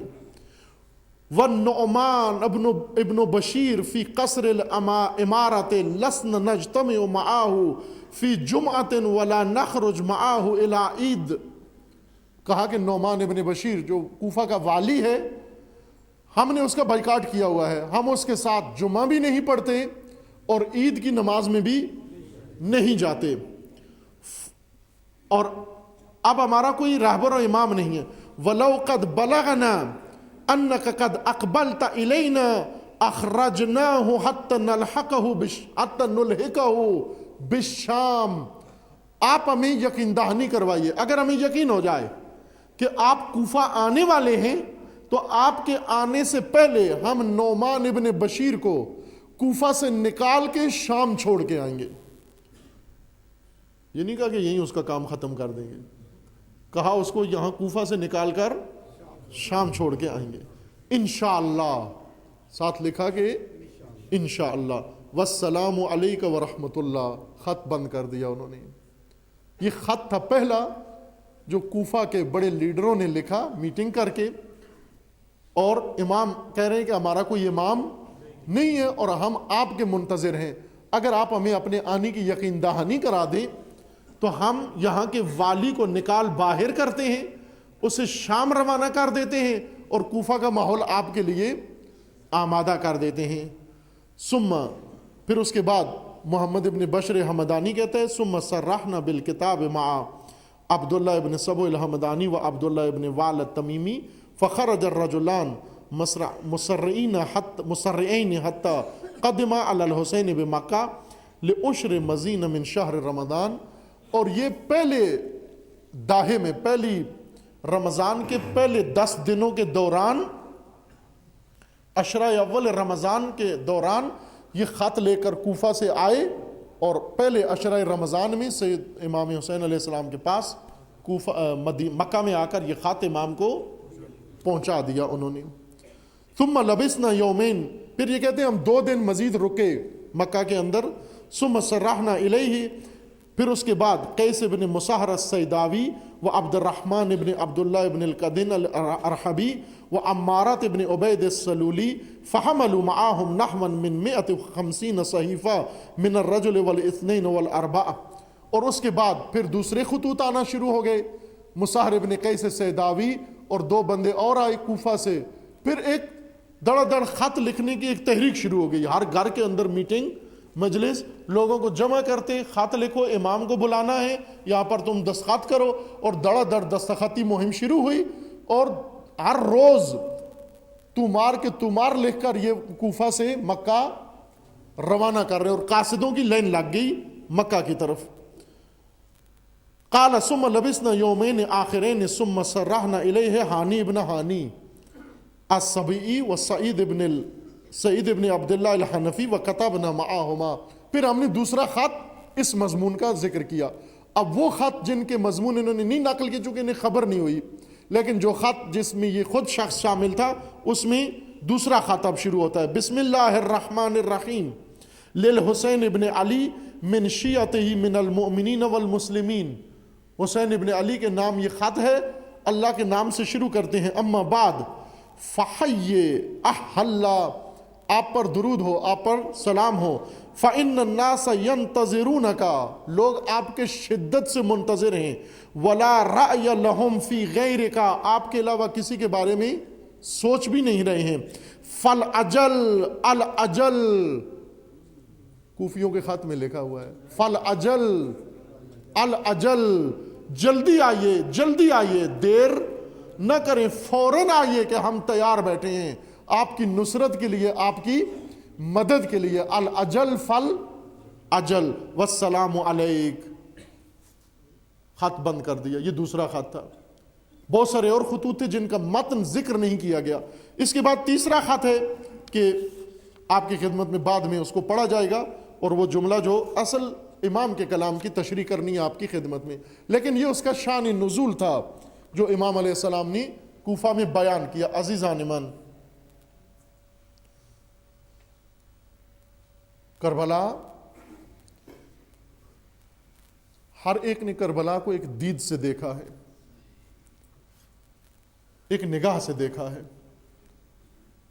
بقول ملا رومی کے ہر کسی از ظن خود شد یار من، از درون من نہ جوست اسرار من.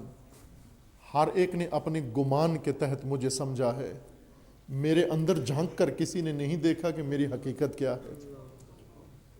ہر کسی از ظن خود شد یار من، ہر ایک اپنے گمان کے تحت کربلا پہنچا ہے. کسی نے کربلا میں حسین ابن علی سے نہیں پوچھا کہ کربلا کیا ہے. ہمیں بتائی گئی کربلا، خطیبوں نے بتائی، مقرروں نے بتائی، ذاکروں نے بتائی، شاعروں نے بتائی، لیکن جس کا کام تھا، جس نے بتانی تھی، اس سے ہم نے نہیں سنی. اور وہ خطبوں پہ خطبے دے کے فرما رہا ہے کہ او میں تمہیں بتاتا ہوں حقیقت کربلا کیا ہے. یہ کلام نورانی سید الشہداء کا کربلا سے پردہ اٹھا رہا ہے. اور یہی راز سمجھنا ضروری ہے. حقیقت کربلا، اگر حقیقت کربلا سمجھ میں آ جائے، کوئی قوم ان حالات میں نہیں پڑے گی جن میں آج پاکستانی قوم مبتلا ہو گئی ہے. آج جن حالات کو ہم سامنا کر رہے ہیں، ان کا رائے حل ہر ایک تلاش کر رہا ہے. ابھی دیکھیں بات چھڑی ہوئی ہے، مذاکرات کریں، امریکہ کے ساتھ مذاکرات کریں، کوئی کہتے ہیں فلاں کے ساتھ مذاکرات کریں، کوئی کہتے ہیں دہشت گردوں کے ساتھ مذاکرات کریں، چوروں کے ساتھ مذاکرات کریں، ڈکیتوں کے ساتھ. اتنی مذاکرات کی شہوت آئی ہوئی ہے کہ ان کو سمجھ نہیں آ رہی کریں کس کے ساتھ مذاکرات. اب اس قدر مست ہو گئے مذاکرات کی شہوت کے اندر، اندھے ہو گئے کہ یہ رائے حل ہے مملکت کو اس حالت سے نکالنے کے لیے. اور خصوصیت کے ساتھ یہ فتنے جو پاکستان کے اندر پوری دنیا میں ہیں، اور انہی کا ایک حصہ پاکستان بھی ہے. عالمی فتنے جو اس وقت پوری دنیا میں شروع ہوئے ہیں، انہی فتنوں کا ایک شعبہ پاکستان کے اندر ہوتا ہے. البتہ فتنے کا آغاز ہی پاکستان سے ہوتا ہے. چند سال قبل ایک گفتگو کی تھی جب یہ ویکی لیکس کا ایک بمبارمنٹ شروع ہوئی تھی، وکی لیکس نے 2.5 لاکھ سیکریٹس افشا کیے تھے۔ اس وقت یہ اشارہ کیا تھا، ایک طالب علمانہ گفتگو کی تھی اسی موضوع کے اوپر، فتنہ آخر الزمان کے عنوان سے، کہ الحمدللہ کتابی شکل میں آ گئی ہے، آپ کی خدمت میں ہے، اگر دلچسپی ہو تو اسے مشاہدہ کر سکتے ہیں۔ یہ چند سال قبل کی بات ہے۔ حاصل اس گفتگو کا یہی تھا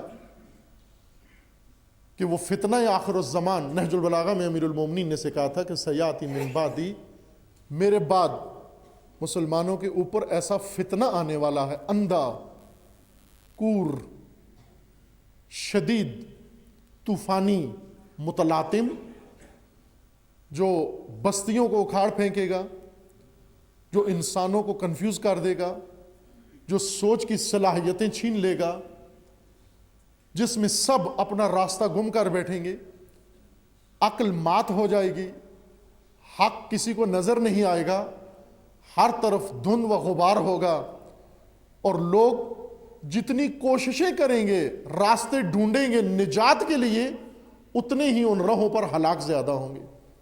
جو راستہ چنیں گے نجات کے لیے، اسی پر ہلاکت زیادہ ہوگی۔ اسی خطبے کی روشنی میں وہ گفتگو تھی، فتنہ آخر الزمان، اور عرض ہوا تھا کہ وہ مرحلہ عالمی فتنے کا نیا فیز تھا، نہ کہ نیا فتنہ، ایک فتنہ تھا عالمی اٹھا، مدتوں سے جاری ہے، اور مرحلہ بے مرحلہ آگے بڑھ رہا ہے، بڑھتے بڑھتے آج یہاں پہنچا ہے۔ محرم 1435 ہجری میں عالمی طور پر بھی اور پاکستان میں بھی ہم زمان آگے بڑھتا جا رہا ہے۔ عالمی طور پر یہ فتنہ بڑھتا ہوا مشرق وسطیٰ کو اس نے اپنی لپیٹ میں لیا اور سمٹ کر، اس میں اشارہ کیا تھا کہ اس فتنے کا مرکز و محور شیعہ ہے۔ کیوں شیعہ ہے؟ توجہ فرمائیں، شیعہ کے دشمن و مخالف دو طرح کے ہیں۔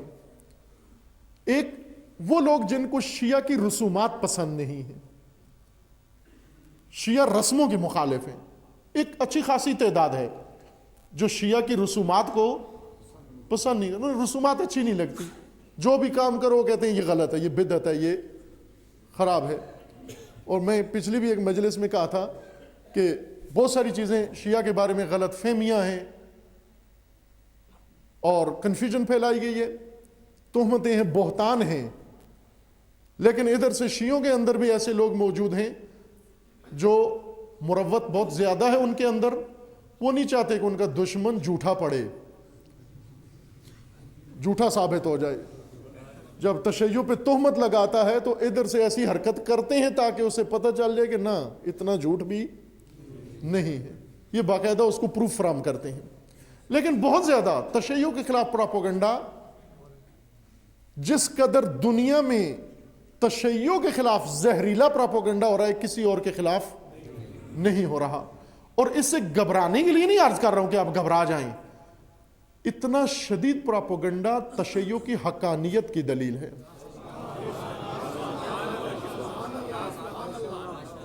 یہ حقانیت کی دلیل ہے، نہ کہ اس سے گھبرائیں، چونکہ قرآن کا حکم ہے کہ دو کام مومن کے اندر نہیں ہو سکتے، ایک کمزوری اور ایک گھبراہٹ۔ لا تہنوا ولا تحزنوا، نہ کمزوری دکھانی ہے نہ گھبرانا ہے۔ انتم الاعلون ان کنتم مؤمنین، اگر تم مومن ہو تو نہ کمزوری دکھانی ہے اور نہ گھبرانا ہے۔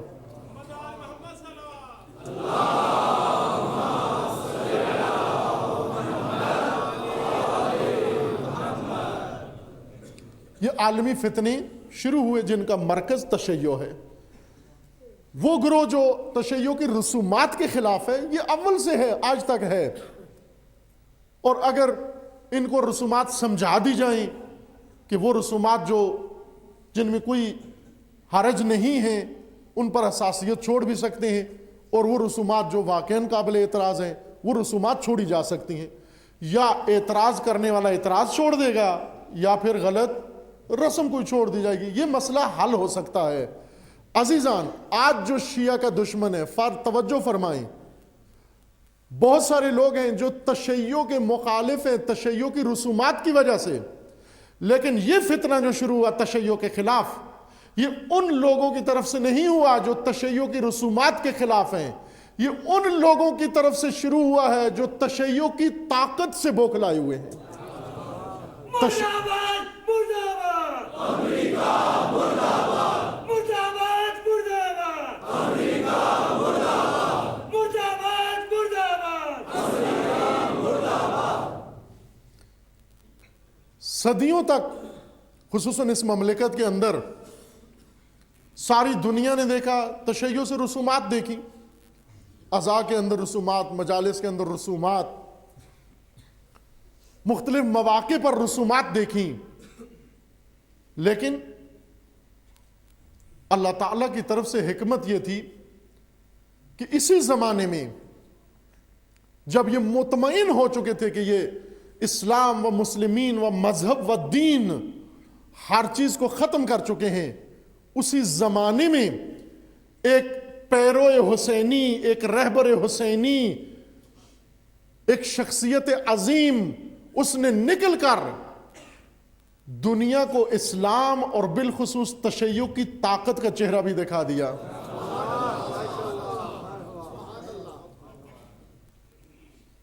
پہلے فقط رسومات سے مخالفت کرتے تھے کہ یہ رسومات انجام نہ دیں، یہ رسومات ترک کر دیں، ہمیں ان سے کوئی غرض نہیں ہے۔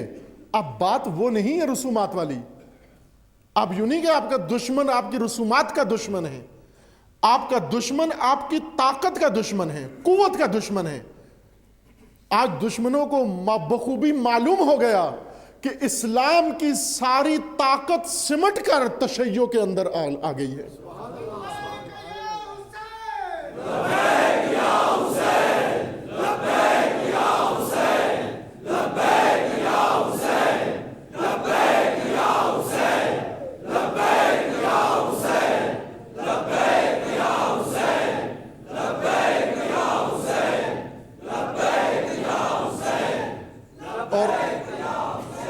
اور تشیع کی اس طاقت کو تحمل نہیں کر سکتے۔ انہیں معلوم ہے کہ اگر یہ طاقت جو تشیع کے اندر چھپی رہی صدیوں تک اور آج کھل کے سامنے آ گئی ہے، اس طاقت کا اگر انہوں نے مقابلہ نہ کیا، یہ طاقت اس نظام کو نیست و نابود اور تہس نہس کر دے گی۔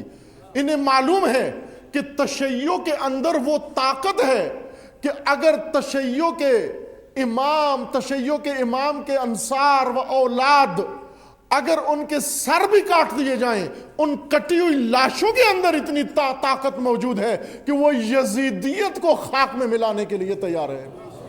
یہ انہیں بخوبی معلوم ہے، انہوں نے مظاہرہ کیا، دیکھا، مشاہدہ کیا، تشیع کی طاقت کو دیکھا اور بوکھلاہٹ طاری ہے۔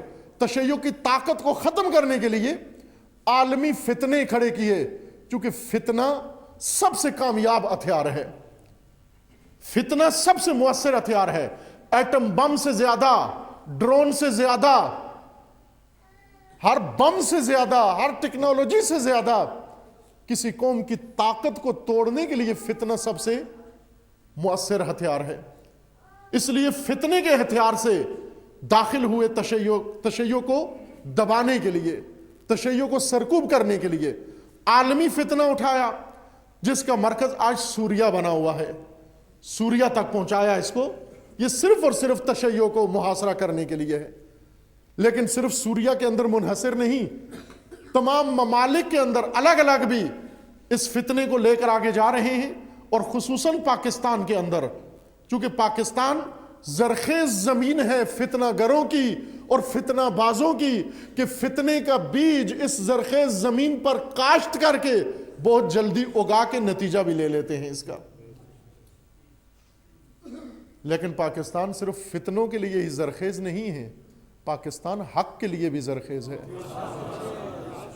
پاکستان تشیع کے لیے بھی زرخیز ہے، پاکستان قرآن کے لیے بھی زرخیز ہے، پاکستان راہ رسول اللہ کے لیے بھی زرخیز ہے، پاکستان توحیدی نظام کے لیے بھی زرخیز ہے، پاکستان ولایت و امامت کے لیے بھی زرخیز ہے۔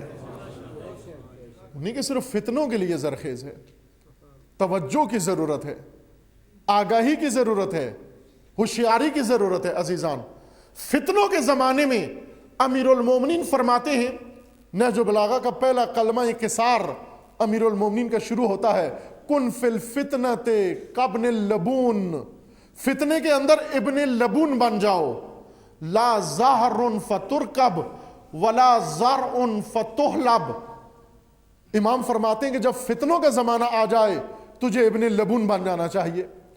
ایک صاحب مولانا بھی تھے، ان سے پوچھا کہ کیا حال ہے، کیا کر رہے ہو آج کل؟ تو کہنے لگے میں ابن لبون ہوں ابھی۔ اشارہ ان کا اسی مولا کی حدیث کی طرف تھا جو نہج البلاغہ میں تیسرے حصے کی پہلی حدیث ہے۔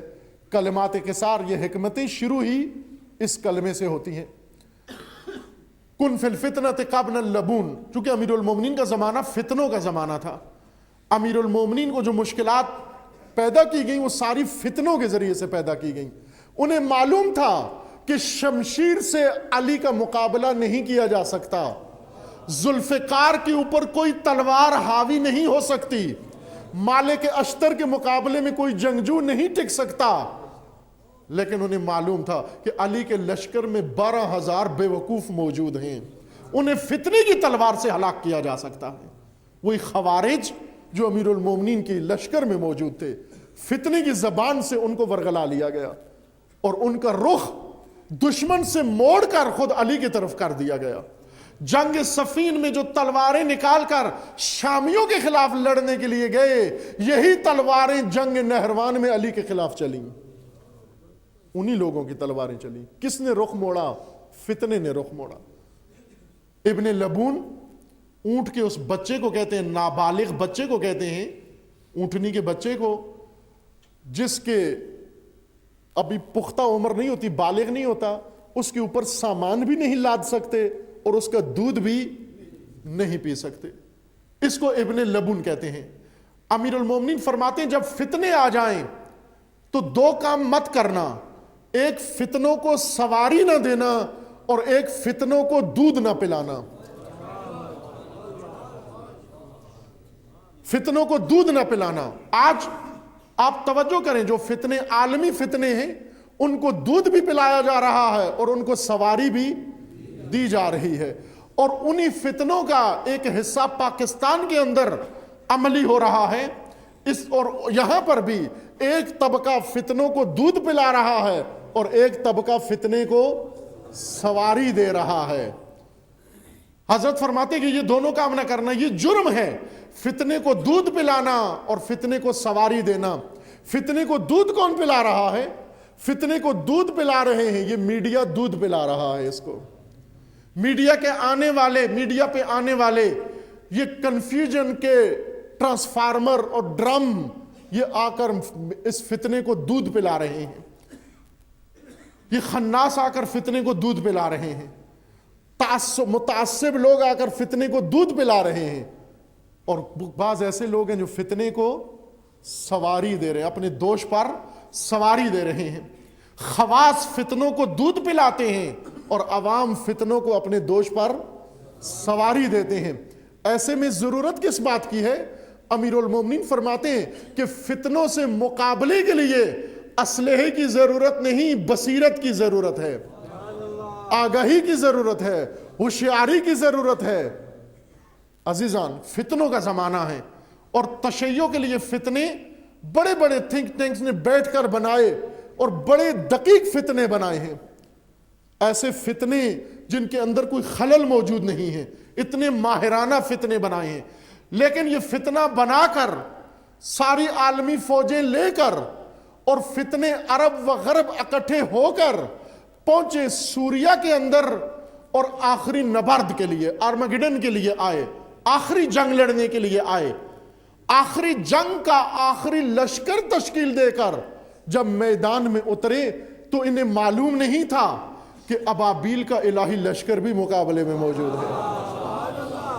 نعرہ تکبیر، نعرہ رسالت، نعرہ حیدری، وہ لشکر بھی موجود ہے۔ اس لشکر نے آ کر اس عربی و غربی، یہ عربی و غربی لشکر جو بنا، اس عربی و غربی تکفیری لشکر کو اس طرح دنیا کے سامنے رسوا کر دیا، رسوا کر کے، خار کر کے پیش کر دیا، ذلت ذلیل کر کے رکھ دیا۔ اب اپنی رسوائی کو چھپانے کے لیے چھپنے کی جگہ بھی نہیں مل رہی ان کو۔ کیا کوئی سوچ سکتا تھا؟ عزیزان، یہ جو کچھ سوریہ میں ہو رہا ہے، یہ حزب اللہ کی 33 روزہ جنگ سے بھی بہت عظیم کارنامہ ہے۔ اس وقت اسرائیل آگے تھا، سارے پیچھے چھپے ہوئے تھے۔ ابھی سب کے سب شرم و حیا کا لبادہ اتار کے بے شرمی کے ساتھ عربی و غربی سارے میدان میں اترے، جو کچھ ان کی بساط میں تھا وہ لے کر میدان میں اترے اور اپنے نظریے کے مطابق آخری نبرد کرنے جا رہے ہیں۔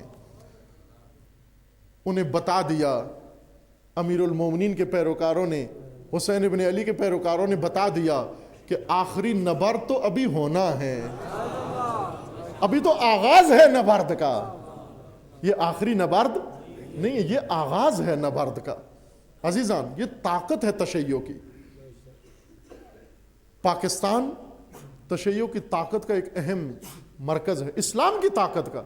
شیعہ کو فرقہ نہ بناؤ، شیعہ فرقہ نہیں ہے دوسرے فرقوں کے مقابلے میں، یہ فتنہ ہے کہ شیعہ کو فرقہ بنا کر دوسرے فرقوں کے مقابلے میں کھڑا کیا جا رہا ہے، اور اس کے لیے بہت ماہرانہ چال چلی جاتی ہے تاکہ کسی طرح بھی اس طاقت کا رخ اندر کی طرف موڑ دیا جائے۔ میں نے جیسے پہلے کوئٹہ کی مجالس میں کہا تھا کہ دشمن سے اس طاقت کا رخ موڑ کر مخالف کی طرف کیا جا رہا ہے، لیکن شیعہ آگاہ ہے، شیعہ بابصیرت ہے، شیعہ کو معلوم ہے کہ ہمارا دشمن اور ہے، ہمارا مخالف اور ہے۔ وہ جو بوکھلایا ہوا ہے وہ مخالف نہیں بلکہ دشمن ہے۔ شیعہ دشمن شناس ہے، دشمن کی اس کو پہچان ہے۔ بصیرت کی ضرورت ہے عزیزان، کہ فتنوں کے اندر بصیرت کام آتی ہے۔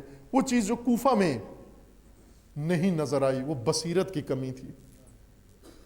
کوفی دلیر تھے، شجاع تھے، لیکن بصیرت نہیں تھی۔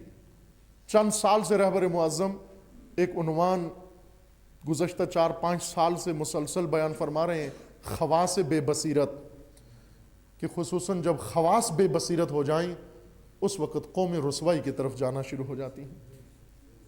بے بصیرت خواص کی وجہ سے آگاہی کی ضرورت ہے، ہوشیاری کی ضرورت ہے۔ شدید فتنے اٹھائے جا رہے ہیں جن کا ہدف و مرکز تشیع ہے۔ لا تعلق رہنے سے فتنے ختم نہیں ہوتے۔ بعض لوگ سوچتے ہیں کہ فتنوں کے اندر ہم لا تعلق ہو جائیں، ہم چلے جائیں، اس شہر سے چلے جائیں، کراچی میں حالات خراب ہوتے ہیں پنڈی آ جاتے ہیں، پنڈی میں حالات خراب ہوں تو کراچی چلے جاتے ہیں۔ عزیز من، کراچی اور پنڈی کے درمیان سفر کرنے سے فتنے جان نہیں چھوڑتے، اس سے فتنے ختم نہیں ہوتے۔ یوں نہیں کہ اگر ایک شہر کے اندر فتنے کھڑے کیے، ہم فتنے سے بھاگ کر دوسری جگہ چلے جائیں، پھر وہاں بھی فتنہ شروع ہوا، پھر بھاگ کر کسی تیسرے شہر میں چلے جائیں۔ شہر بشہر جانے سے فتنے حل نہیں ہوتے، فتنے حل ہوتے ہیں۔ نہ لا تعلق رہو، نہ فتنوں کو دودھ پلاؤ، نہ فتنوں کو سواری دو، فتنے حل ہوتے ہیں بصیرت و بیداری، ہوشیاری اور میدان میں حاضر رہنے سے فتنے حل ہوتے ہیں۔ آگاہی کے ساتھ ان فتنوں کو ناکام بنانے کی ضرورت ہے۔ یہ فتنہ جس کی ایک جھلک شروع کی انہوں نے تاکہ تشیع کے اوپر ابھی سے اس طرح کی واہیات باتیں کرنا شروع کر دیں۔ یہ جلوسوں کی وجہ سے ہو رہا ہے، یہ روٹوں کی وجہ سے ہو رہا ہے، یہ عزاداری کی وجہ سے ہو رہا ہے، یہ فلاں کی وجہ سے ہو رہا ہے، یہ سب یہ فتنے کھڑے کیے جاتے ہیں تاکہ آخر میں یہی نتیجہ لے۔ راہ ہمارے پاس راہ کربلا ہے، راہ سید الشہداء ہے۔ میں نے عرض کیا تھا کہ حسنی کردار اور حسینی کردار میں کوئی فرق نہیں ہے، حسنی اصحاب اور حسینی اصحاب میں فرق ہے۔ ہم نے راہ حسن چلنا ہے، راہ حسین چلنا ہے، لیکن اصحاب حسن کی طرح نہیں بننا، اصحاب حسین کی طرح بننا ہے۔ انصار حسین کی طرح بننا ہے. انصار حسن جو میدان میں امام کو تنہا چھوڑ کر چلے جاتے ہیں, اپنی پوسٹنگ کروا لیتے ہیں, کسی اور شہر میں جا کر چھپ جاتے ہیں. لیکن اصحاب حسین چراغ بجھا کر انہیں اجازت دے دی جاتی ہے کہ جا سکتے ہو. عزیزان, ڈرو مت ان چیزوں سے, گھبراؤ مت. لا تہنوا ولا تحزنوا وانتم الاعلون. اگر اپنی عزت, عظمت و برتری کو زندہ رکھنا ہے, گھبرانا نہیں ہے, ڈرنا بھی نہیں ہے. فتنے آتے ہیں, فتنوں کا مقابلہ کرنا ہے. فتنوں سے لا تعلق رہنے سے فتنے ختم نہیں ہوتے. اس وقت بہت ہی واضح فتنہ پاکستان کے اندر شروع کر رہے ہیں, جس کے ساتھ متاسفانہ حکومت بھی بعض اوقات ہمراہ نظر آتی ہے. ان فتنوں کے ساتھ دیتے ہوئے نظر آتی ہے. ان فتنوں کو ناکام کرنے کے لیے میدان میں حضور ضروری ہے, اور میدان میں حضور کا ایک بہترین طریقہ یہی مجالس سید الشہداء ہیں. یہ مجالس سید الشہداء, میں نے 12 عرض کیا ہے کہ عزاداری رسم نہیں رزم ہے. عزاداری رزم ہے, رزم زینبی ہے. اور بعض رزمیں ایسی ہوتی ہیں کہ ہاتھ میں تلوار نہیں ہوتی لیکن دشمن سرکوب ہو جاتا ہے. ضروری نہیں کہ اسلحہ ہاتھ میں ہو تو رزم ہوتی ہے. مجلس میں آنا بھی رزم ہے, جلوس میں آنا بھی رزم ہے, اور اس جلوس کی حفاظت کرنا بھی رزم ہے, اور ان جلوسوں کو بچانا بھی رزم ہے. یہ توہین ہے ایک مذہب کی کہ جلوس نکالے پہلے لائسنس لیں. یہ توہین ہے, تحقیر ہے ایک مذہب کی. مومنین کوئٹہ کی خدمت میں کہا کہ ہمیں کوئٹہ کے شہداء کا بہت افسوس ہے, ان کی شہادت کا بہت افسوس ہے, ان کے مرنے کا بہت افسوس ہے, ان کے گھروں کے اجڑنے کا بہت افسوس ہے, ان کی ماؤں کا بہت افسوس ہے, ان کی بہنوں بیٹیوں اور بچوں کا بہت افسوس ہے. یہ ساری چیزیں تکلیف دہ ہیں, لیکن سب سے زیادہ تکلیف دہ کون سی چیز ہے؟ سب سے زیادہ تکلیف دہ یہ لاشیں یا ان کے یتیم بچے نہیں, سب سے زیادہ تکلیف دہ یہ ہے عزیزان کہ ان کاموں کے ذریعے سے ایک ملت کی تحقیر کی گئی ہے, توہین کی گئی ہے. وہ توہین ملت سب سے زیادہ تکلیف دہ ہے.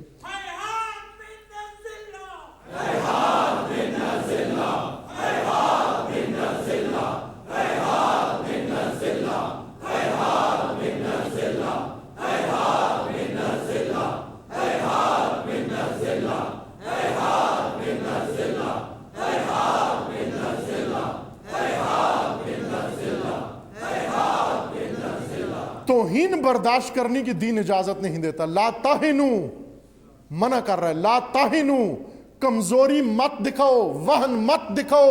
اگر کوئی توہین کرتا ہے تو تم اس توہین کو قبول مت کرو.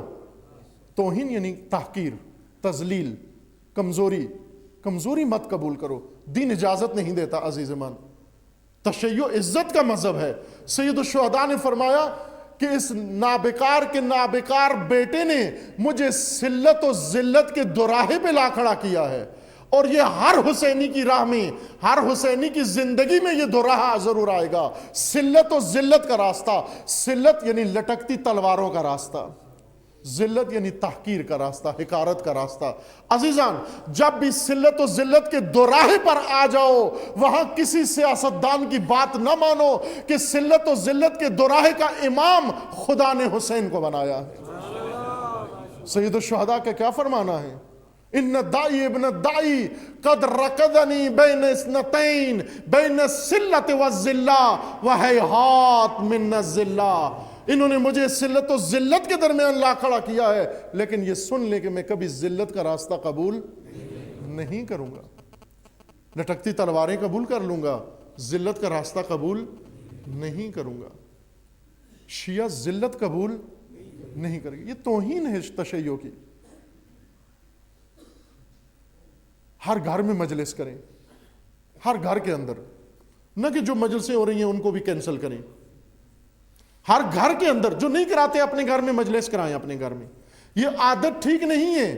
اگرچہ یہ اجتماعی مجالس, یہ مرکزی مجالس یہ قائم رہے, انہیں نہیں ختم کرنا, یہ ضرورت ہے, یہ بنیاد ہے, یہ اساس ہے. لیکن نہضت زینبی کو عام کرنے کے لیے، رزم زینبی کو دائرہ بڑھانے کے لیے سال بھر اپنے گھروں کے اندر مجالس برپا کرو، اہل سنت کو شریک کرو، اپنے پڑوسیوں کو بلاؤ، ان کی غلط فہمیوں کو دور کرو، انہوں نے جو بہتان سنے انہیں آگاہ کرو، ان کی بصیرت میں اضافہ کرو، انہیں بتاؤ کہ خناسوں نے تمہارے سینوں میں کچھ اور بھر دیا ہے، تمہارے ذہنوں میں کچھ اور بھر دیا ہے، ان کے ذہنوں کو بھی صاف کریں۔ یہ فتنوں کا دور ہے، اس فتنوں کے دور میں آگاہی کی ضرورت ہے عزیزان۔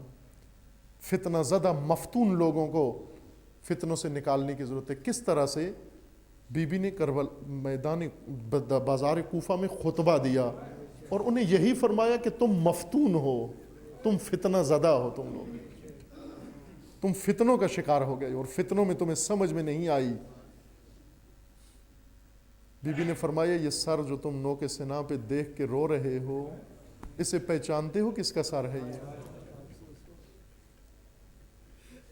یہ پناہ گاہ ہے تمہارے لیے اللہ کی، جسے تم نے مار دیا ہے۔ اس رزم زینبی کی ضرورت ہے، ان حماسی خطبوں کی ضرورت ہے۔ ڈرو مت عزیزان من، زندانوں سے نہ ڈرو، جیلوں سے نہ ڈرو۔ 1400 سال سے ہم قید کے قصے سن رہے ہیں اور رو رہے ہیں، تو ابھی تک قید کا خوف ہمارے دل سے کیوں نہیں نکلا؟ نکل جانا چاہیے تھا۔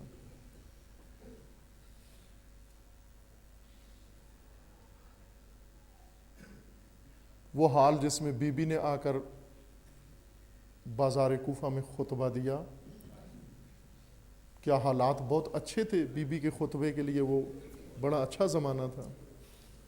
کوئی پنڈال بنایا گیا تھا، کوئی پردے کا انتظام کیا گیا تھا،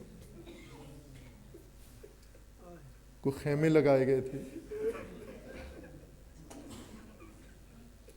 ثانیہ زہرا نے، عصمت صغرا نے کیسے خطبے دیے؟ عزیز من، وہ مکان جس میں بی بی نے خطبہ دیا، وہ غیرت مند سن کر بھی برداشت نہیں کر سکتا۔ امام غیور، امام غیرت سید سجاد جب کوفہ کے بازار سے باہر، کوفہ کے شہر کے باہر کاروان اسرا کو روکا گیا، کچھ دیر کے وقفے کے بعد دوبارہ بیویوں کو سوار ہونے کا حکم ملا۔ جناب سید ساجدین آئے اور ایک ایک بی بی کو کندھا دے کر سوار کر رہے تھے۔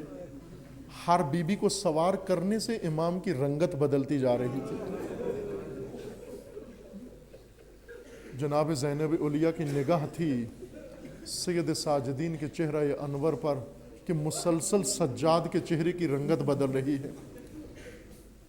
اور جب ثانیہ زہرا کی سواری کا وقت آیا، سید ساجدین گلے میں توق، ہاتھوں میں ہتھکڑیاں ہیں، پاؤں میں بیڑیاں ہیں، آگے بڑھے، بی بی کے سامنے اپنا کندھا پیش کیا۔ بی بی نے سوار ہونے کا ارادہ کیا۔ سید ساجدین نے ایک دفعہ پھوپھی کے چہرے کو دیکھا، پھر راستے کو دیکھا، دوبارہ پھوپھی کے چہرے کو دیکھا، پھر راستے کو دیکھا۔ ہر نگاہ سے سجاد کے چہرے کی رنگت بدلتی جا رہی تھی۔ جب بی بی نے یہ اضطراب و کرب دیکھا تو پوچھ لیا، بیٹا سجاد کیا ہوا؟ یہ اضطراب چہرے پہ، یہ پریشانی چہرے پہ، یہ چہرے کی بدلتی رنگت، وجہ کیا ہے میرے بیٹے بتاؤ؟ جو ہی بی بی نے سوال کیا، سید ساجدین کی چیخ نکل گئی۔ اتنی درد بھری فریاد سے روئے سجاد۔ جناب زینب علیہ نے سوار ہونے کا ارادہ چھوڑ دیا، بیٹے کو گلے لگایا اور پوچھنے لگی، سجاد کیا یاد آ گیا ہے؟ آیا کربلا یاد آ گئی ہے؟ بابا یاد آ گئے ہیں؟ میرا بیٹا بھائی علی اکبر یاد آ گئے ہیں؟ چچا عباس یاد آ گئے ہیں؟ یا شیر خوار علی اصغر یاد آ گئے ہیں؟ میرا بیٹا اتنی درد بھری فریاد میں نے کربلا میں نہیں سنی تھی جب شام غریبہ کو خیمے جل گئے. بیٹا جب سجاد کو تازیانے مارے جا رہے تھے اس وقت بھی اتنی درد بھری فریاد نہیں سنی. اس مقام پر سجاد کی فریاد کے کیا معنی ہے؟ سید سجاد نے روتے ہوئے فرمایا پھوپھی اماں ہمیں یہاں پر آرام کے لیے نہیں روکا گیا تھا, ہمیں اس لیے نہیں روکا گیا کہ ہم تھک گئے ہیں آرام کروایا جائے. میری پھوپھی یہ جس طرف ابھی جانے کے لیے تیار کیا جا رہا ہے اس کا نام بازار ہے. ہمیں اس لیے روکا گیا تاکہ بازار تیار کر لیا جائے. نامحرموں کو بلایا گیا, اجنبیوں کو بلایا گیا, تماشائیوں کو بلایا گیا. اب بازار سج گئے, اب تماشائی آ گئے, اب بازار استقبال کے لیے تیار ہے. اب میری پھوپھیاں, اب علی کی بیٹیاں, اب زہرا زادیاں بازار سے گزریں گی. غیرت سجاد کا امتحان ہوگا. پھوپھی نے بیٹے کو گلے لگایا, فرمایا بیٹا سجاد اتنا دکھ بھری فریاد سے مت رو, بازار کی منزل آنے دے. زینب جانے بازار جانے, اور پھر وہ وقت آ گیا کہ علی کی بیٹیاں, بطول کی بیٹیاں سر برہنہ ہاتھ پسے گردن بندھے جب بازار کے بیچ میں آ گئی, ایک دفعہ فریاد اٹھی الا یا اہل الکوفہ, اے اہل کوفہ سنو علی کی بیٹی کچھ کہہ رہی ہے. بازار میں سکوت طاری ہو گیا, بازار میں سناٹا طاری ہو گیا. روایت میں لکھا ہے جب امیر المومنین کی بیٹی کا خطبہ لوگوں نے سنا تعجب سے پوچھنے لگے یہ علی کے لہجے میں خطبہ. ایک نابینا نے سنا, کہا تعجب ہے, میرے مولا کو گزرے تو عرصہ ہو چکا ہے, یہ کون خطبے دے رہا ہے؟ آواز نسوانی لگتی ہے, لہجہ علی کا لگتا ہے. جب بتایا گیا کہ علی کی بیٹی خطبہ دے رہی ہے, کہنے لگا سبحان اللہ, میں تو سمجھا تھا کہ میرے مولا کے بعد میرے مولا کا بیٹا امیر بن جائے گا اور امیر بن کر خطبے دے گا. مجھے معلوم نہیں تھا مولا کی بیٹی آ کر خطبے دے رہی ہے. کہا گیا نابینا, مولا کی بیٹی امیر بن کر نہیں اسیر ہو کے خطبے دے رہی, اسیر ہو کر خطبے دے رہی. کہنے لگا مجھے بتاتے کیوں نہیں ماجرا کیا ہے, مجھے بتاتے نہیں ماجرا کیا ہے. اے کاش میری آنکھیں ہوتی میں بھی یہ منظر دیکھتا. کہنے والے نے کہا نابینا جا کر اللہ کا شکر ادا کر, جو ہماری آنکھیں دیکھ رہی ہیں وہ تیری آنکھیں نہیں دیکھ رہی. پوچھنے لگا بتاؤ تو صحیح تم کیا دیکھ رہے ہو؟ جب بتانا شروع کیا کہا علی کی بیٹیاں سر برہنہ بے ردا, ہاتھ پسے گردن بندے, چھوٹے چھوٹے بچے, سروں پہ خاک پڑی ہے, گالوں سے خون ٹپک رہا.